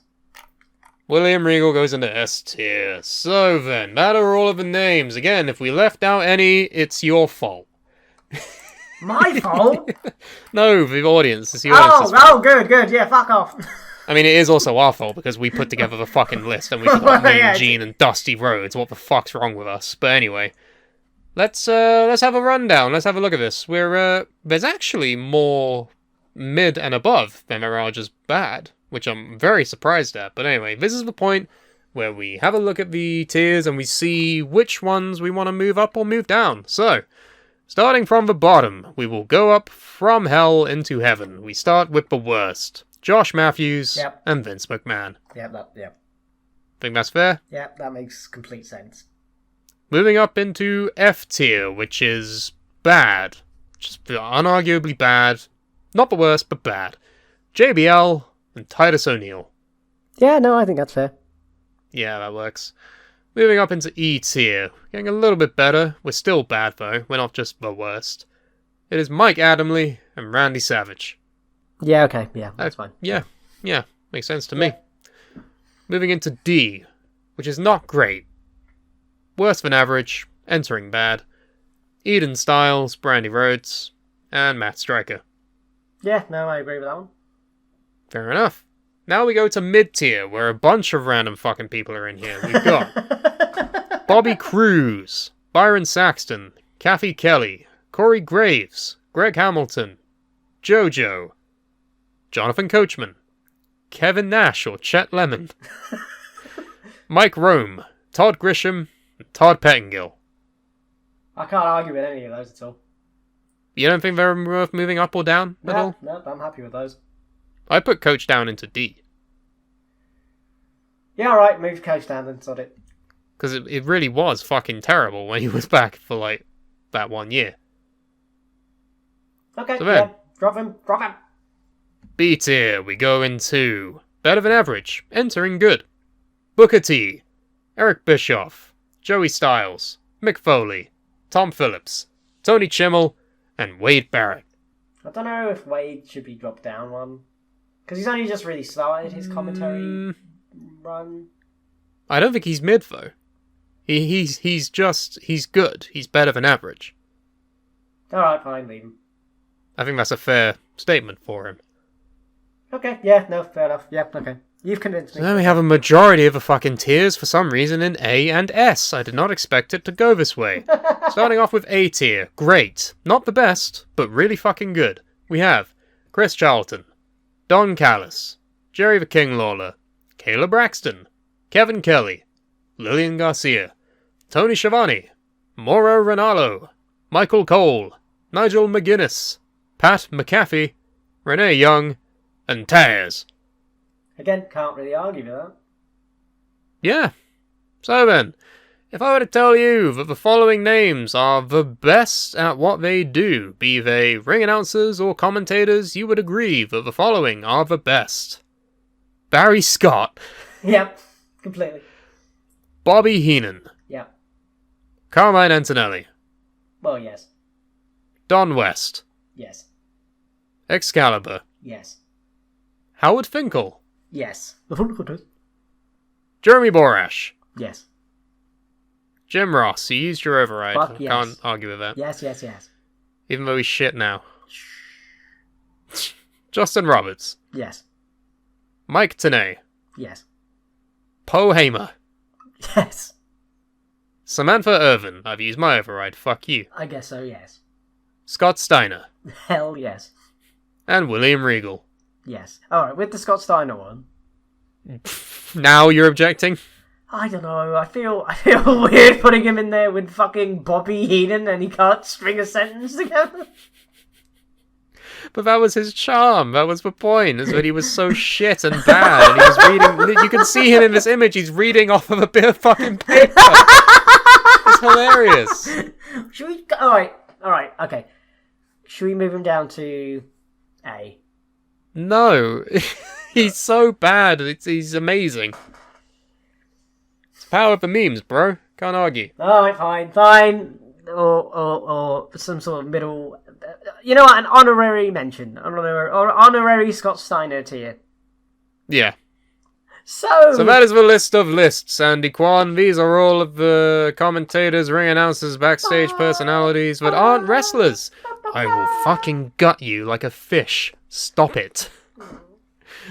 That has been a very fun one, I gotta say. Not many arguments, but, you know, there's plenty of people at home who's probably fucking pissed off at us for not including Gordon fucking Soley.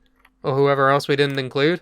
How about, if there's any disagreements that you have in the audience, how about you let us know in the comments below. You can also suggest any future ideas for Suplah episodes. When Andy's dick is back on, we can get to working on those. My dick is fine. It's mid. It's C tier. It depends who you ask. Right next to Chet Lemon. Well, actually, that's the name for my penis. It's Chet Lemon. We'll see you next time. Goodbye. I'm not plugging anything after that. What the fuck? Just go to linktree.com/thesuplah. You'll find our stuff there. My penis is not called Chet Lemon. Your penis is in the link tree. No, my nub is... do not know. My nub is not in the link tree. It's not there. It doesn't... It's not there. Don't look for it.